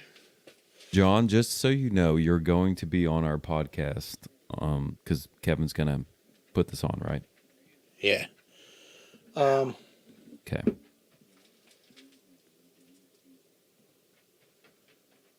I wonder. Kevin. Kevin, Yo. I'm a grammar junkie sometimes. Uh-huh. You put barrel Armida. Yep, that's good. Yep. Bourbon finished in pear bandy rum and Sicilian Amaro cask. Bandy? Pear bandy. You forgot the R. Not brandy. No, bandy. I was probably drunk when I wrote Probably. that, so. Probably like when Efren said, Yeah. this label's pretty clue. Pretty clue. So I posted a link. I don't know if that'll work or not, but if anyone wants to jump in here with us, jump on in. It's like a grape. No, it's a pear. That's like eating a whole pear in your It's mouth. like a pear, Dude. isn't it? It's when they say it's finished, it is finished. I feel like they put it through the bung of a pear and ran it through. Oh, Hey, John. shit, who's this? What up, homie? That's my buddy John. So What's up, John? How you doing? Good to see you, man. we were Nice E4 collection. Mafia together. Nice. Yeah. Those were the days, man. We both have the same haircut, so You do. I like it. I'm digging that collection, though, man. I really like that. It's a nice So- setup. yeah, John's been able to pull some really, really great bourbons. He's got Yeah, an it's amazing. getting bad. I just took my child's bookcase and donated all the books to the Salvation Army and moved it in here and filled it full. Oh, of yeah. bourbon. Reading Rainbow. Reading Rainbow. So have you tried it yet, John? It's there's some. It's fruity. It is. It's a pear. Sean It says is a Sham pear. Shield forever. It's It's a straight pear. Like ours. Yeah. I don't know what your specifics of your bottle are, but this one it's literally a pear in a bottle. Oh my gosh, I can't. It's like pear applesauce, pear sauce. 112.82 proof. Yeah. It's great. Pear brandy, rum, and Sicilian Amaro cask. MRO, yeah. Nice and oily. What do you say? Bright fruit. Yeah. Yeah, it's shining. It's like just on a sunny day. I get grape too. I get a little hint of I grape, get that. Yep. like a white grape. It's good. It's delicious. Barrel. Damn Dude, you, barrel. Barrel. Take my money. They're so solid, like all their Shit. stuff's like so good. Bottles are hard to get through though. They're always so decadent. Yeah. Like you can't sit down and plow through a barrel bottle, man.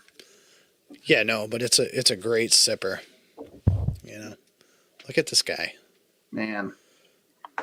They sent this to me. I don't know why. He keeps getting emails from Barrel. Like he's on the influencer list, so they keep sending him stuff somehow.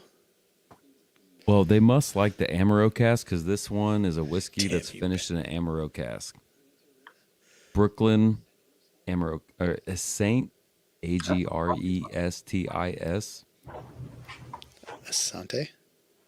Argrestis. I don't know. Brooklyn Amaro cask. Huh. I don't know. Damn I you, don't know Barrel. what it is, man. That's pretty cool.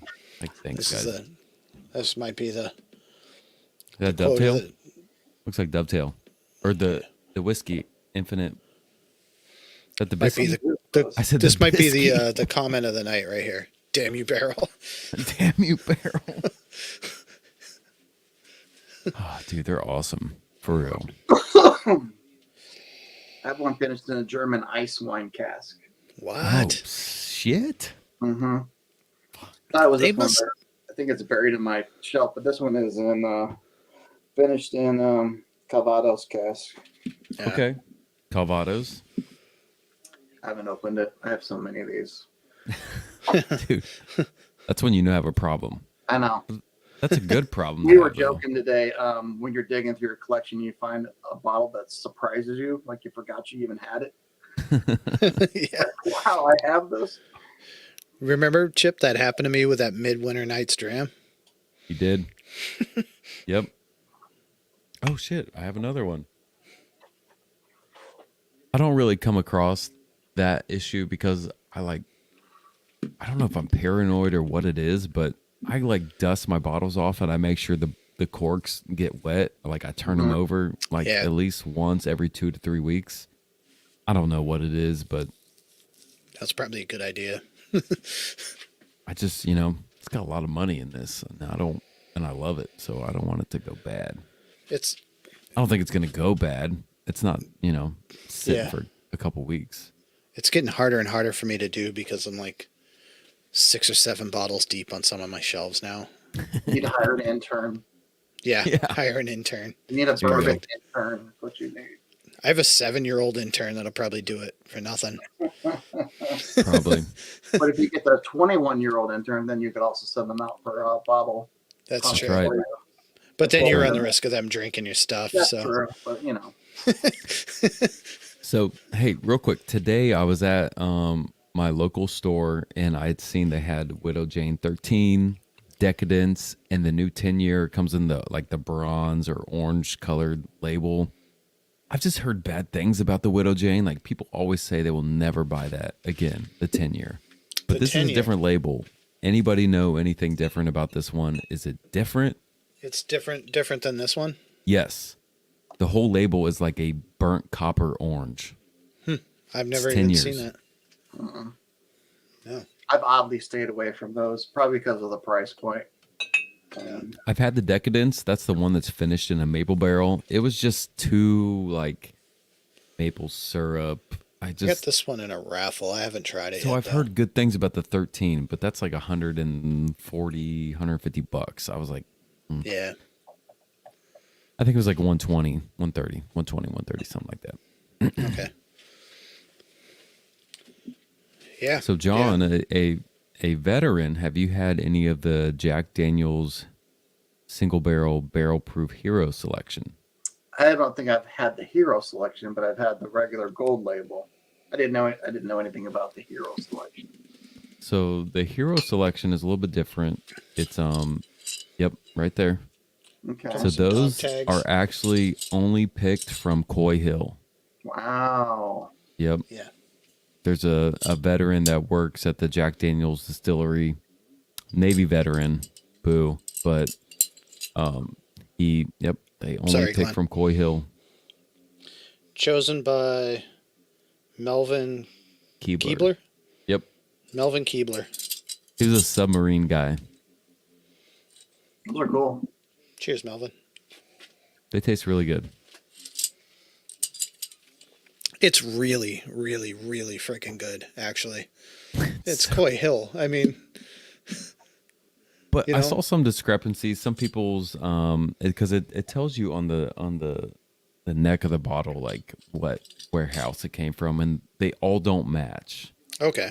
So people are trying to figure out exactly what warehouses are on Coy Hill. I don't know. And this is 131.4 proof.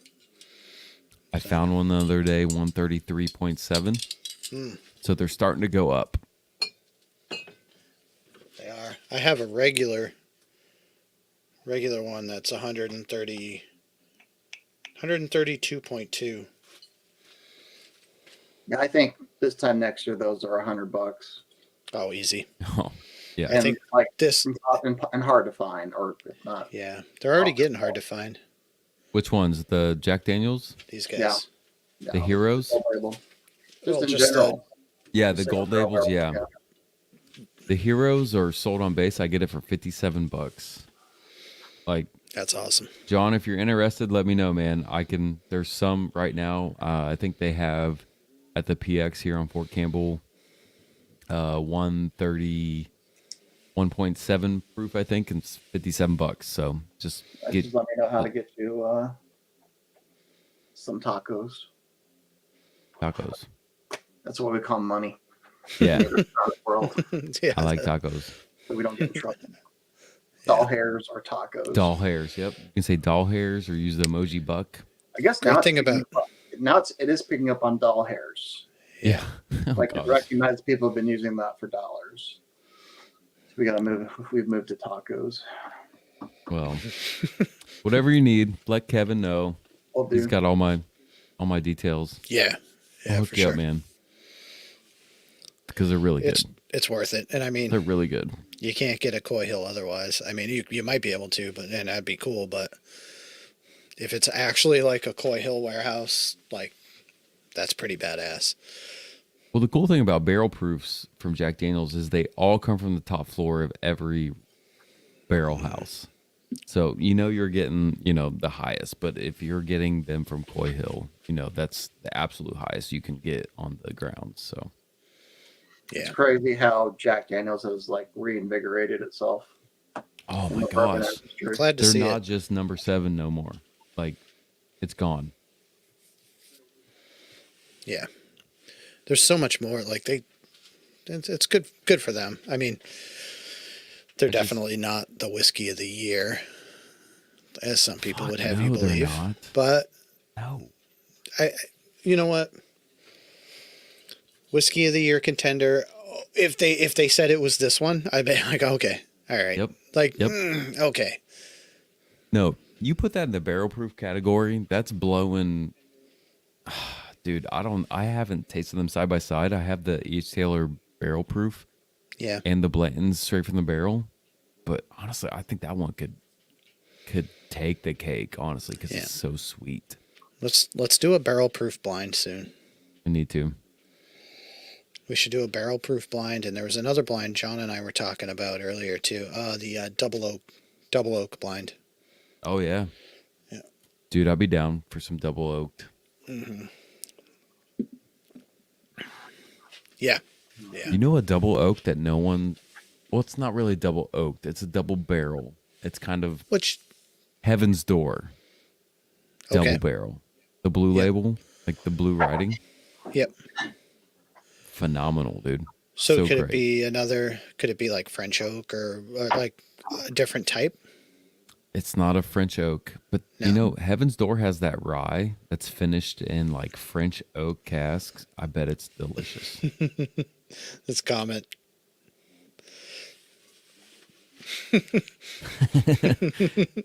Nobody wants to talk about JD. They Right? want to say, "Oh, I'm Jim Beam," But Yeah.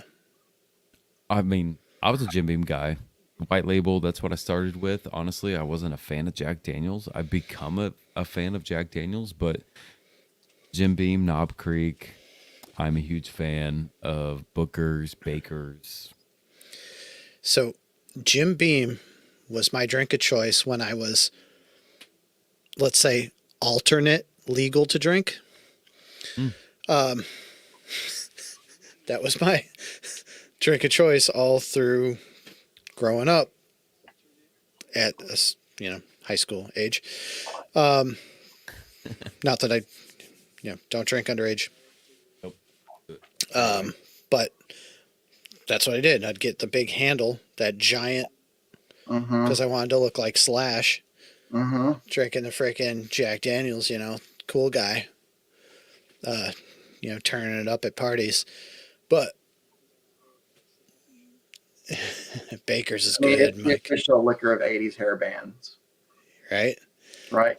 You think of like Van Halen. You think of you remember the Jack Daniels bass the guy had.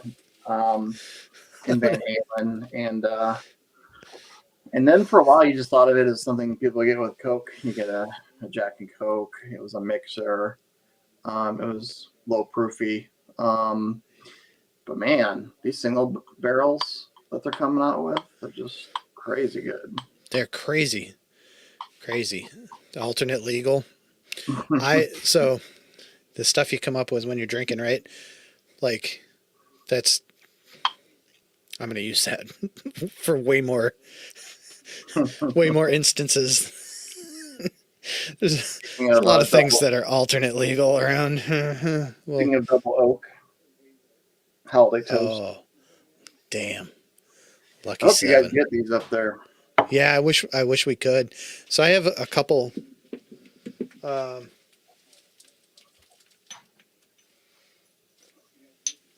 do I have? Lucky 7 Proprietor, rye single barrel. Mm-hmm. I have a sample that someone sent me. Her Poor Choices on TikTok sent me a few things. This is one of them. So Chip, John's got the Lucky 7. Oh, Yeah. nice. I was just saying, I got a Lucky 7 Proprietor from Her Poor Choices on TikTok. Is that the 14? It's a 12-year. This is a 12-year single barrel rye. Oh, okay. Or I'm sorry, a 12-year single barrel. I'm sorry. And That sounds good. yeah, I've heard good 116 things. proof. So, John, I'm looking at your collection back there. I see some Old Forester, Elijah Craig. Yeah. Yeah, Kind of hard to see. you ain't seen nothing. What do I collect a lot of? I mean, I see that- I like high proof liquor, bourbon. Oh, of course. Here in Chicago, it's an odd bourbon. Baker's. Ooh. It's kind of cutthroat. I mean, we all know when it lands and where it's landing, and so a lot of what I buy are just like house bottles or those sorts of things. So I do have a lot of Penelope bottles. I've got I've got like a whole row of Old Elk, like store picks. Old Elk slept on a lot. It's great. Bill's got a banger coming, Yeah. apparently. What else? We've got Old Forester. I got a ton of Knob Creek. I see New Riff. I see some New Riff. New Riff. I have a couple New Riff bottles.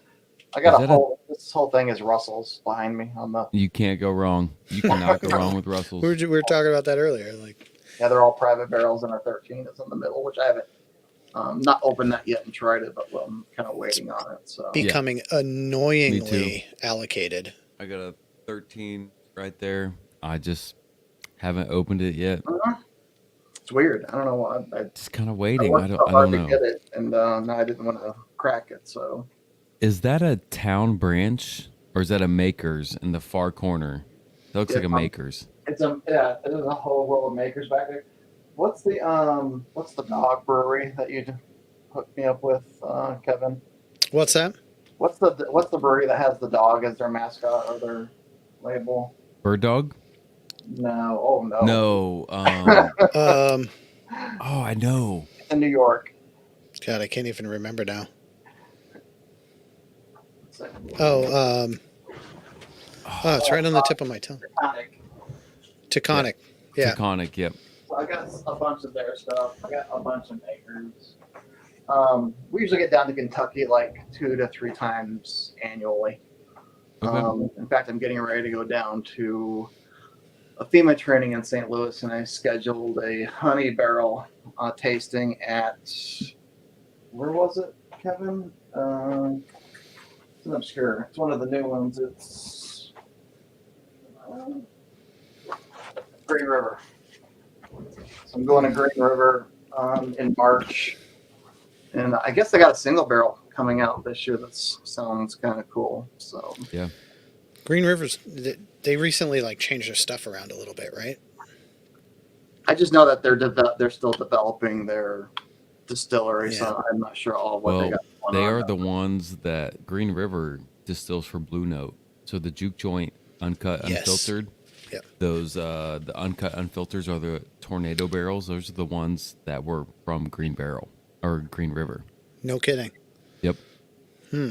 That tornado that hit in 2019, that was at Green River Distilling at the Rick houses, and that's where the Blue Note juke joint uncut unfiltered came from. They were actually tornado survivor barrels. That's interesting. Yep. Wow. I don't know if that's still the case because I know Yeah. there were thousands of barrels on the ground. I've seen tons of barrel pics of the Blue Note. I don't know if they're still there, but I do know that the initial, I have one 3-barrel blend that's dark as shit, 120, almost 124 proof. You will not find a Blue Note juke joint that's that high proof. I That's can guarantee crazy. that was one of the ones that was like baking in the sun for months because it is flavor bomb. It's so much darker than any other Blue Does it get Note some of I've that had. Texas like advanced aging going on? Dude, yep. If I ever own a distillery and I ever start creating, I want different barrels. I want a set of barrels outside. I want to offer that. I want them inside. I want them down in the cold. I want them I want to offer all this different I'd rather shit. make 4 small rick houses built out of different materials than Yeah. one big rick house, you know. Yep. Yep. Just different environments, different flavors. Yep. I mean, you never know. One might be a banger. Yeah. Dude. I feel like the one that has the most fluctuation is going to be a banger. And that's going course. to be one that's just exposed Yeah. or metal, like warehouse age, metal building. I've always thought, so where I live, not that I want to stay here at all, but where I live near the ocean, it would be really cool to do like a sort of like an American single malt, like seagrass smoked single malt aged near the ocean, you know? Hang on. I got a question. Yeah. Single malt. So I'm seeing, I think there's about to be a boom of single malt whiskey. Like What- American single malt. What? Yes. What is that? I've seen a lot, and So it's I'm just- curious. A single malt is you have the same thing in beer. Like a single malt beer would be just one grain, basically, like a single grain. You know, like it could be barley. Woohoo. You know, I think single malt bourbon is just like disguised scotch. yeah. I haven't Mike, had one I really see you, like. buddy. Sorry, John. Yeah, I haven't had one that I really like that much. Like I've tried some of the Town Branch stuff. Yeah, it does. Again, does this taste like scotch? What is it? Town Branch. So peaty. So- What was that Peaty one? and dirty, huh? Chip, we had like I have a bourbon. Remember this or it was a rye maybe. I tried it and I said it tasted just like a scotch that time. Remember that? Were we on a live? It was just you and I think. Mm. Oh, yep. It was this one. This crazy bastard here. I got one of those. I haven't opened it yet. Yeah, don't. Band-Aids. Yeah. Yeah. It is. It's an American Scotch. I'm just gonna call it. So is that what the single like whiskeys are? Yeah, I believe that's what they are. It's just a single malt, like a single, like 6-row barley, I don't know if I can do it. you know, and that's it. There's no adjuncts. There's no anything. Like a straight single malt would be like a 4-row barley, 6-row barley, whatever it is, and that's it. Aged to however long. But I think so. I think the benefits of those. I think though. Let me rephrase that. I think they benefit more from a lot of age. You know what I mean? So if you're a 200-year-old distillery in Scotland, you can have a single malt sitting around for 20 something years and, Yeah. you know, or whatever. But So we had I'm in Evanston, Illinois here. We call it Evilston, or I do at least. Evilston. We're just north of Chicago. Yeah. What's really weird is Few Spirits is here in my town. I don't know if you've I've ever heard of them. Yep. It's weird. It's like on a main street. So how do you put a distillery on a main business street? So you will not find it if you don't know where it's there. You have to walk down a back alley, and the door doesn't even say it's the distillery. So you'd never find it if you didn't have directions. Wow. But What's that, John? Few? Yeah. Yeah, Few. Yeah. That was real big on TikTok for a while. Yeah. They got bought by Bardstown, bought them, I think. Really? Did Yeah. they? Uh-huh. I have a few. Yeah. And they distill everything here in Illinois, and we got that. I think they told me when I went there that it takes longer to mature their barrels, because of the cold weather that we have. Oh, really? Mm-hmm. Sounds about right. Yeah, I could see that.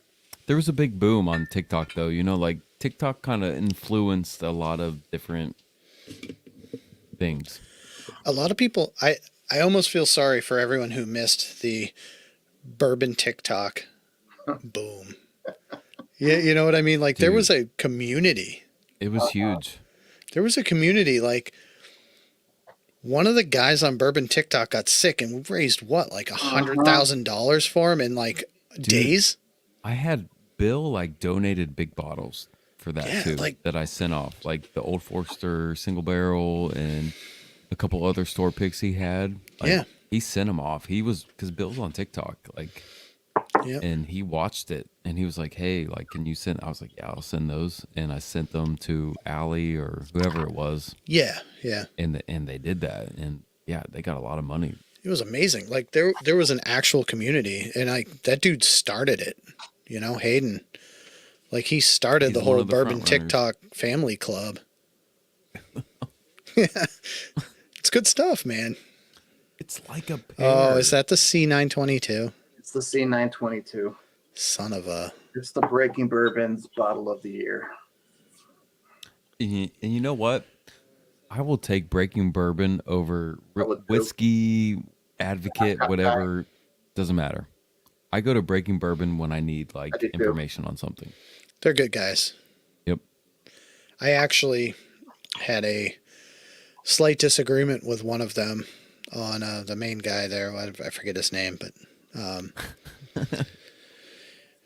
on TikTok, and I literally messaged him, and I'm like, I don't agree with you. I think X, Y, and Z, and we had literally an adult conversation about it. You know what I mean? A rare thing on social media, right? We had a legit sit down, talk about it kind of thing, and see each other's points, and I forget what it is now, but it was something about what he considered bourbon hunting and what I consider bourbon hunting. It's like, dude, I don't have people sending me bourbon.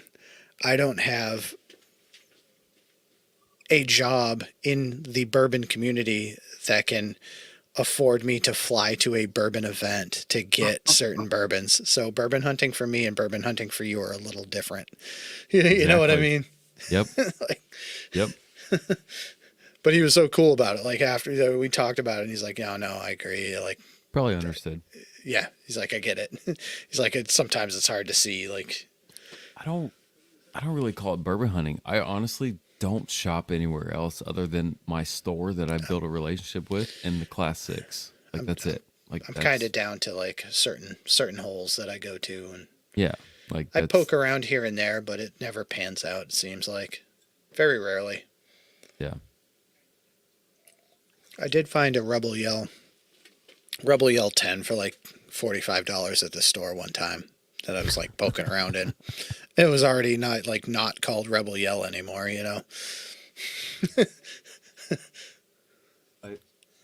I will say I've been looking because I traded this bottle for a Midwinter's Night Dram, Act 10 Scene 2. It's got to be good.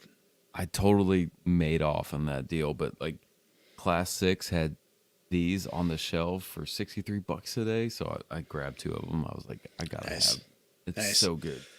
Yeah, I like the 12. Like I said earlier, the 12 is a sweet spot for me. Here's a Knob Creek, and not a lot of people know about is the quarter oak. So if you ever see any more of those, I This need is that. Back We in were my talking life. about this earlier. John and I were actually talking about that this bottle. is my last bottle actually. Oh man, had I only known when those came out how good they were. Oh my god, they're good, right? They're awesome. I did a like a sampler local here for a group that I'm a part of, and everyone asked me where they can get that. Of the 12 samples in that thing, everyone asked about the Knob Creek Quarter Oak. Where can I find it? Where can I find it? I'm like, Yep. You can't. You can't. Unfortunately, do we know if those are coming back or not? I think so. Oh man, I hope so. did not. So I knew a guy that lived in North Carolina that hooked me up with these. I And found one that's- locally here in kind of a dumpy liquor store, but I've never seen one locally. These have all been through trades or somebody like looking out for me. Like I trade big bottles for a couple of those right now. The one time I saw that, it was like a decision between that and Weller Foolproof. You know what I Weller mean? Foolproof, of course, but this one, I got the Weller an Foolproof, but OWA on the table. so in all fairness, knowing what I know now, I would have grabbed that because I ended up with like 6 Weller Foolproofs. So I have a nickname for this one. It's called the OWA Killer. Uh-huh. Like, Remember- it's that good. And it's remember the 100 old proof. elk in the old elk OWA that I sent out? Or was it the foolproof? We did a video about it. Remember it was a blind? I sent you the blind? Yes, you sent me. It was a Weller Foolproof, and it was an old elk. I think. Yes. Yeah. So it was the Yep. old elk weeded whiskey. I thought it had so much rye in it. And it killed. So everyone, did I send you this, John? I don't think so. No. So everyone I sent this to picked the old elk over the Weller Yep. Foolproof. And everyone I talked to about it was like BS. Straight up BS. And I'd send it to them and they'd pick the old elk every time. It was amazing. So this one, the older, this is like 12 years old from my store here. This is actually a 12-year-old single barrel rye. Oh, that's So good. nice. $40. That's nice. $40. 40 bucks, 12-year-old. This is before they switched to like the 6-year program. Mm-hmm. It's Liquor Freight has Quarter Oak for $100.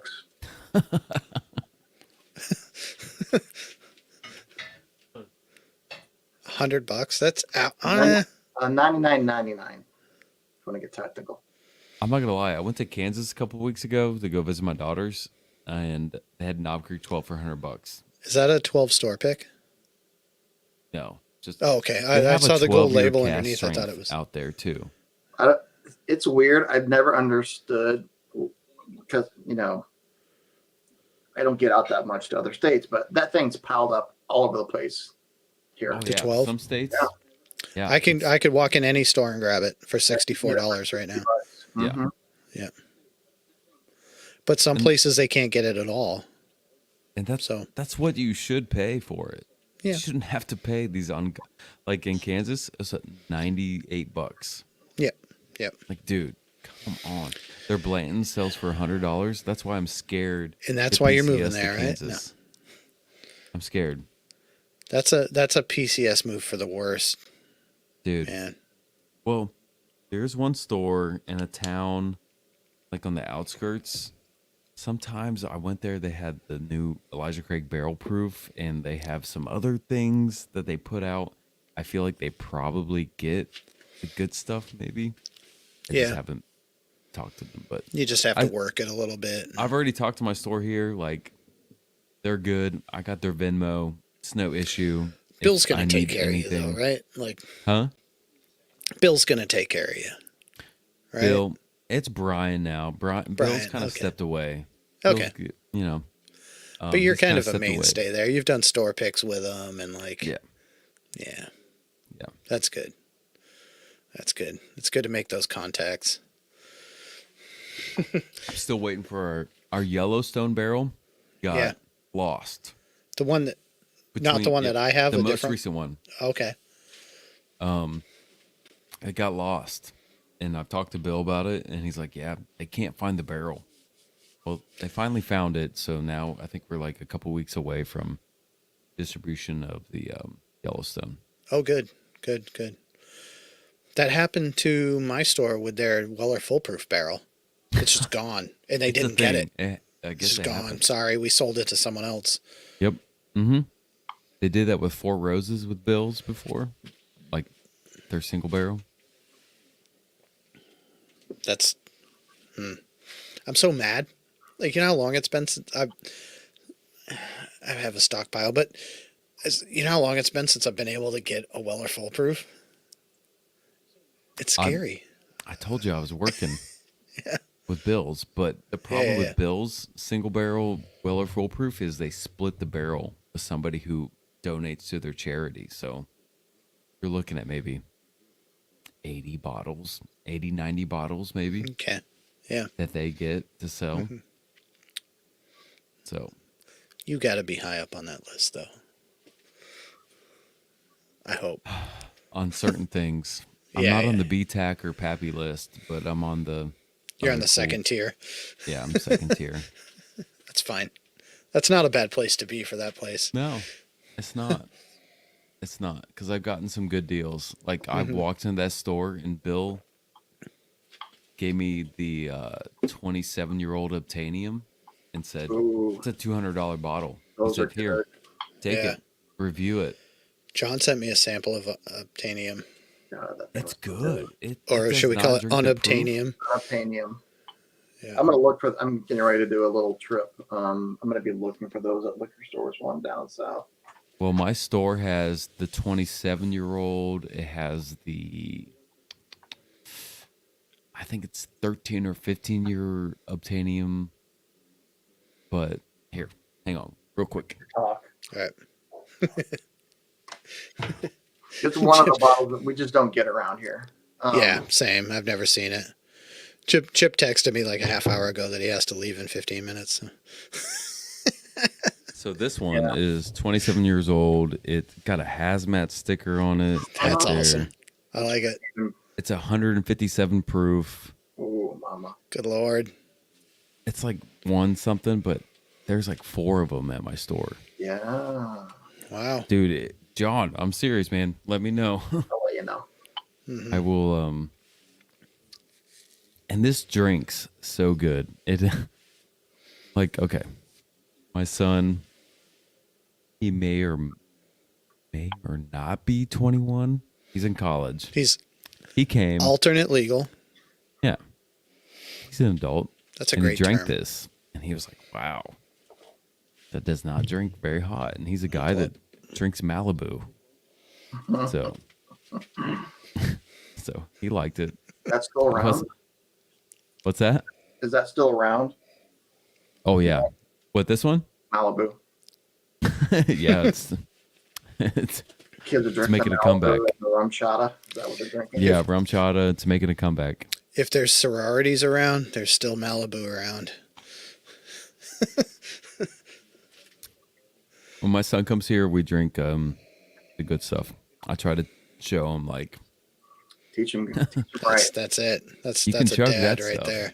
you need to sip this stuff. So this is terrible. My little one's like, like me and my wife were joking around one day. I was like, oh yeah, well I'll do, blah, blah, blah. And she's like, oh yeah, well I'll just go down and smash all your whiskey bottles. And I'm like, and my 7-year-old's like, no, those are going to be mine one day. I'm like, oh my God, what am I doing? Oh my gosh, that's great. Well, no, it's so funny because, like, I have a 19-year-old, and then I also have a 10-month-old, and I'll Yeah. bring her in here and I'll hold her, and she's just Jeez. like reaching. Well, I have one daughter. She's 9. She loves horses. And I said, hey, these Blanton's bottles, one day, these are going to be yours. She's like super excited about it. So I'm like, hell yeah. I always say she's 7 going on 27. Kid. So my 14-year-old daughter's going to a school dance, right? I pick them up from school. I got all 3 kids in the truck. I'm driving home. And my 7-year-old's infatuated with makeup and watching these makeup tutorials on YouTube and like doing stuff or whatever. I'm like, let her. And like, as long as you wash it off after, it's fine. Yep. So, she's doing it. And so my 14-year-old says, oh, I have this dance. So, I tell you what, she's like, I will let you do my makeup as long as you don't make me look like a clown. And my 7-year-old looks at her and is like, too late for that.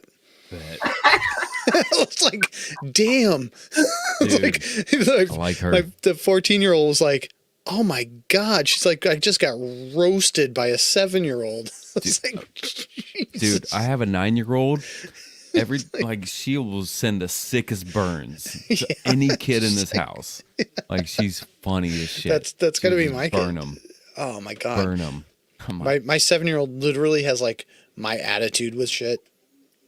And like, she's like super quick witted and like all this stuff. Like, oh yeah. Yeah. She's going to be fire. She's going to be a pain in the ass. Love it, actually. Dude. Gotta love it. And I love it. Chip, where's your place at? Say that again? Your store, where's it at? Clarksville, Tennessee. We are very north in Tennessee. We are about 10 minutes from Kentucky border. Gotcha. What's it called? Bill's Package Store. I'm telling you, they have... Oh, gosh. I want to go there one day. This is like... So, for the Bourbon Brigade, this is like the Bill's Package Store has been like our like the Mecca. That's right? the Mecca. It's like we've gotten so much from this place. Oh, I'm telling you, they have a 5-year Tumbling Dice MGP store pick that you'll die for. It's incredible. So good. Kevin will vouch for it. It's one of the best bourbons I've ever had in my life. A 5-year MGP. And I'll Weller Foolproof, whatever. It's one of the best bourbons I've ever had. They have a Jim Beam single barrel from 2014 that they have. That one I showed you earlier, John. I just actually showed him a picture of that. Like it's incredible. It's so good. Their Old Soul 7-year MGP. I almost crammed in my pants when I tasted that one. It wasn't like a regular MGP. They have a guy. Sometimes they get 4 roses, but they have a guy that has an inn with 4 roses. So,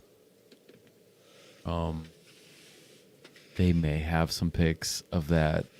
They're more of the charity bottles, so you might pay a little bit more because they go towards charity for veterans. But because the guy that picks those barrels with the owner of Bill's Package Store, Billy Brown, Lauren Simpson. He's actually a former operator, contractor, like straight, like just dude was in it. Good dude. Mm-hmm. He's a thug. Yeah, he's got his charity. It's called SOX, which is Special Operations Excursions, which sends special operations soldiers on trips and things like that to, help them out, give them something to have fun with. And there's a video on my TikTok about it. Actually, it's pretty cool. They had people from 4 Roses at this event at his house here in Tennessee. Like, he's in it. That's cool. With 4 Roses. So any of their, all of these right here are the Bill's Package Store 4 Roses picks. I paid $150 for one, and the others I paid $70. But most people are paying like $150 for the charity. But Bill, so kind of a little bit of an admin thing, but Chip, I'm sort of loosely affiliated with a veterans organization called Team VIAC. Yeah, I saw your Facebook. Yeah, they do that. Yeah. So I went to Colorado with them. Like, Yeah. we went out there, we climbed mountains, we did like all kinds of cool shit. Where'd you And climb like mountains at? in Colorado, like the What was the town? big freaking mountains. Estes, Okay, Colorado, where the Shining Hotel is. Yep. Yep. I was stationed there for 9.5 years at Fort Carson, so I know like the Cool, area, cool. Denver, Pueblo, Yeah, Manitou yeah. Springs, Colorado Yep. Springs. Like, So Colorado Springs was the school I went to, the test track, the hazardous materials rail car specialist school. that's where I took my hazmat too. Okay, yeah. So you got a real hazmat class, I did. but like they do all kinds of things. Like one of the goals is like going to Iceland this summer, and it's like taking veterans, especially veterans with like PTSD and like Yeah. like what it's for. struggling Yep. through things or whatever. Yep. Getting people out there like doing stuff again, and like we're gonna hike the highest mountain on Iceland. Like I can't pronounce the name because it's longer than my space here on StreamYard, but yeah, it's so it's the highest mountain there. Like that's one of the goals, like to hike that, and they just do all these cool things, and there's different like levels of involvement, I guess, or whatever. But cool organization, and we could do something. Like I said, like admin right now, but we could do something with them or whatever to promote that or something like that in the future too. I'm down. Yeah. And I served with the guy that started the nonprofit. So he was a You need to come to Tennessee and meet this guy, because I feel like there could be something that could. yeah, form, 'cause absolutely. Absolutely. Like those organizations usually work together pretty well too. He actually owned a gym in Ohio. He lives in Sandusky. But he owned a gym, and he like donated his gym to the nonprofit. So his whole gym now is part of the nonprofit organization, which is pretty cool, But he's doing cool things, and like he's got big plans for it. So I think it'd be cool to like kind of, sort of, maybe snuggle up to something like that eventually, and like do something if we have I mean, we have a little bit of a following, I guess, but I say whatever. 500 people. Yeah.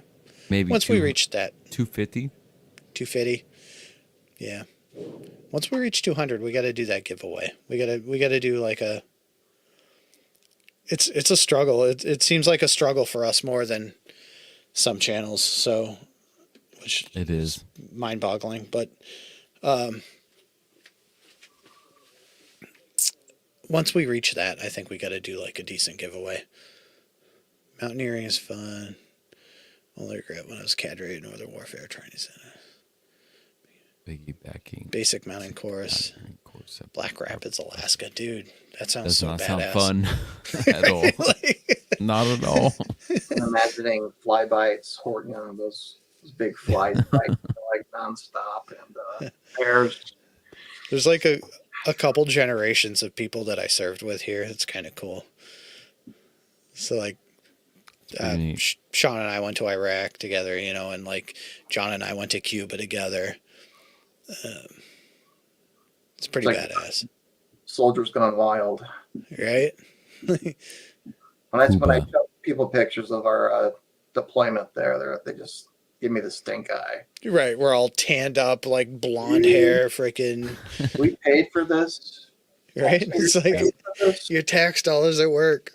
I saw a barracuda. I learned how to snorkel. Right, remember spearfishing, John? I used to do a lot of spearfish. that with you. Right. I used to go with Sergeant Rivera and like one of the other guys, Bennett. We used to go spearfishing.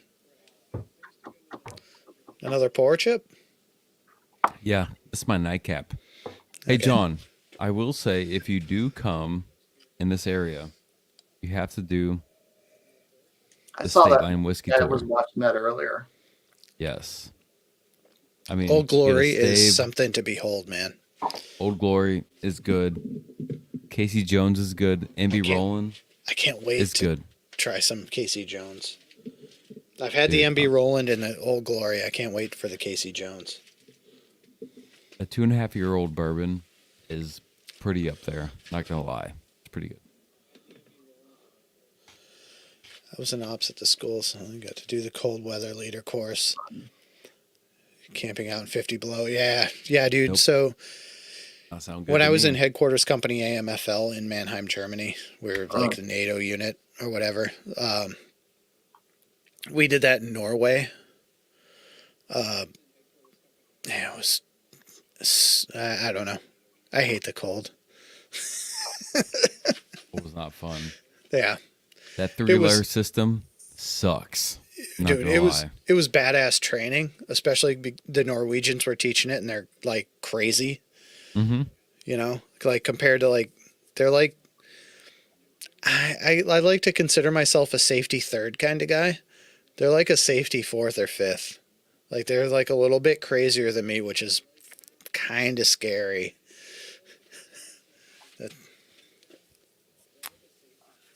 It's cold in Germany. John's is way better. It does.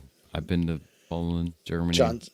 I got the wish.com version of John's. Keep Hey, working. Brad. Keep working Hey, on it. gentlemen, I'm trying. I I'm gotta trying to- hop off here. I'm trying to get a jump on No Shave November right now. All right, fellas, I gotta hop off. You Peace taking out. off, Chip?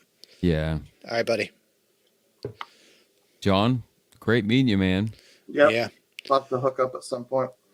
Yep. Yeah, for Let me know sure. if you need anything.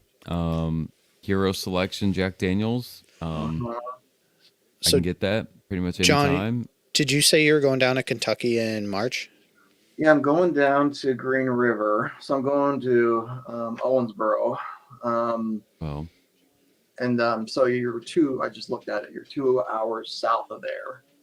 okay. And the problem is once I get down there, it would be a 6-hour swing back to what I'm supposed to be doing down there is going to a training, but I always try to fold bourbon into anything I do. Well, the other member of the Bourbon Brigade, we're trying to coordinate some sort of Kentucky trip For March.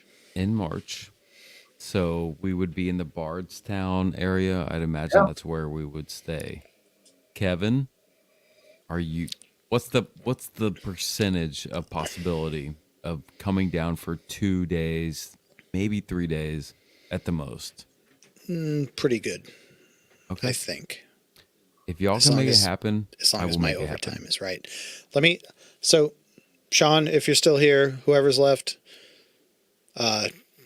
thanks for hanging out, dude. And Yep. and we're Appreciate gonna do it. some lives, and make sure you get with Chip. He's gonna hook you up. Yep. But I'm gonna end this live right now, and we're just gonna talk some admin shit. All right. Hey, great hanging out with you guys. Thanks, everybody.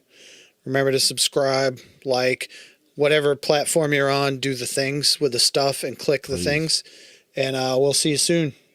See ya. Later.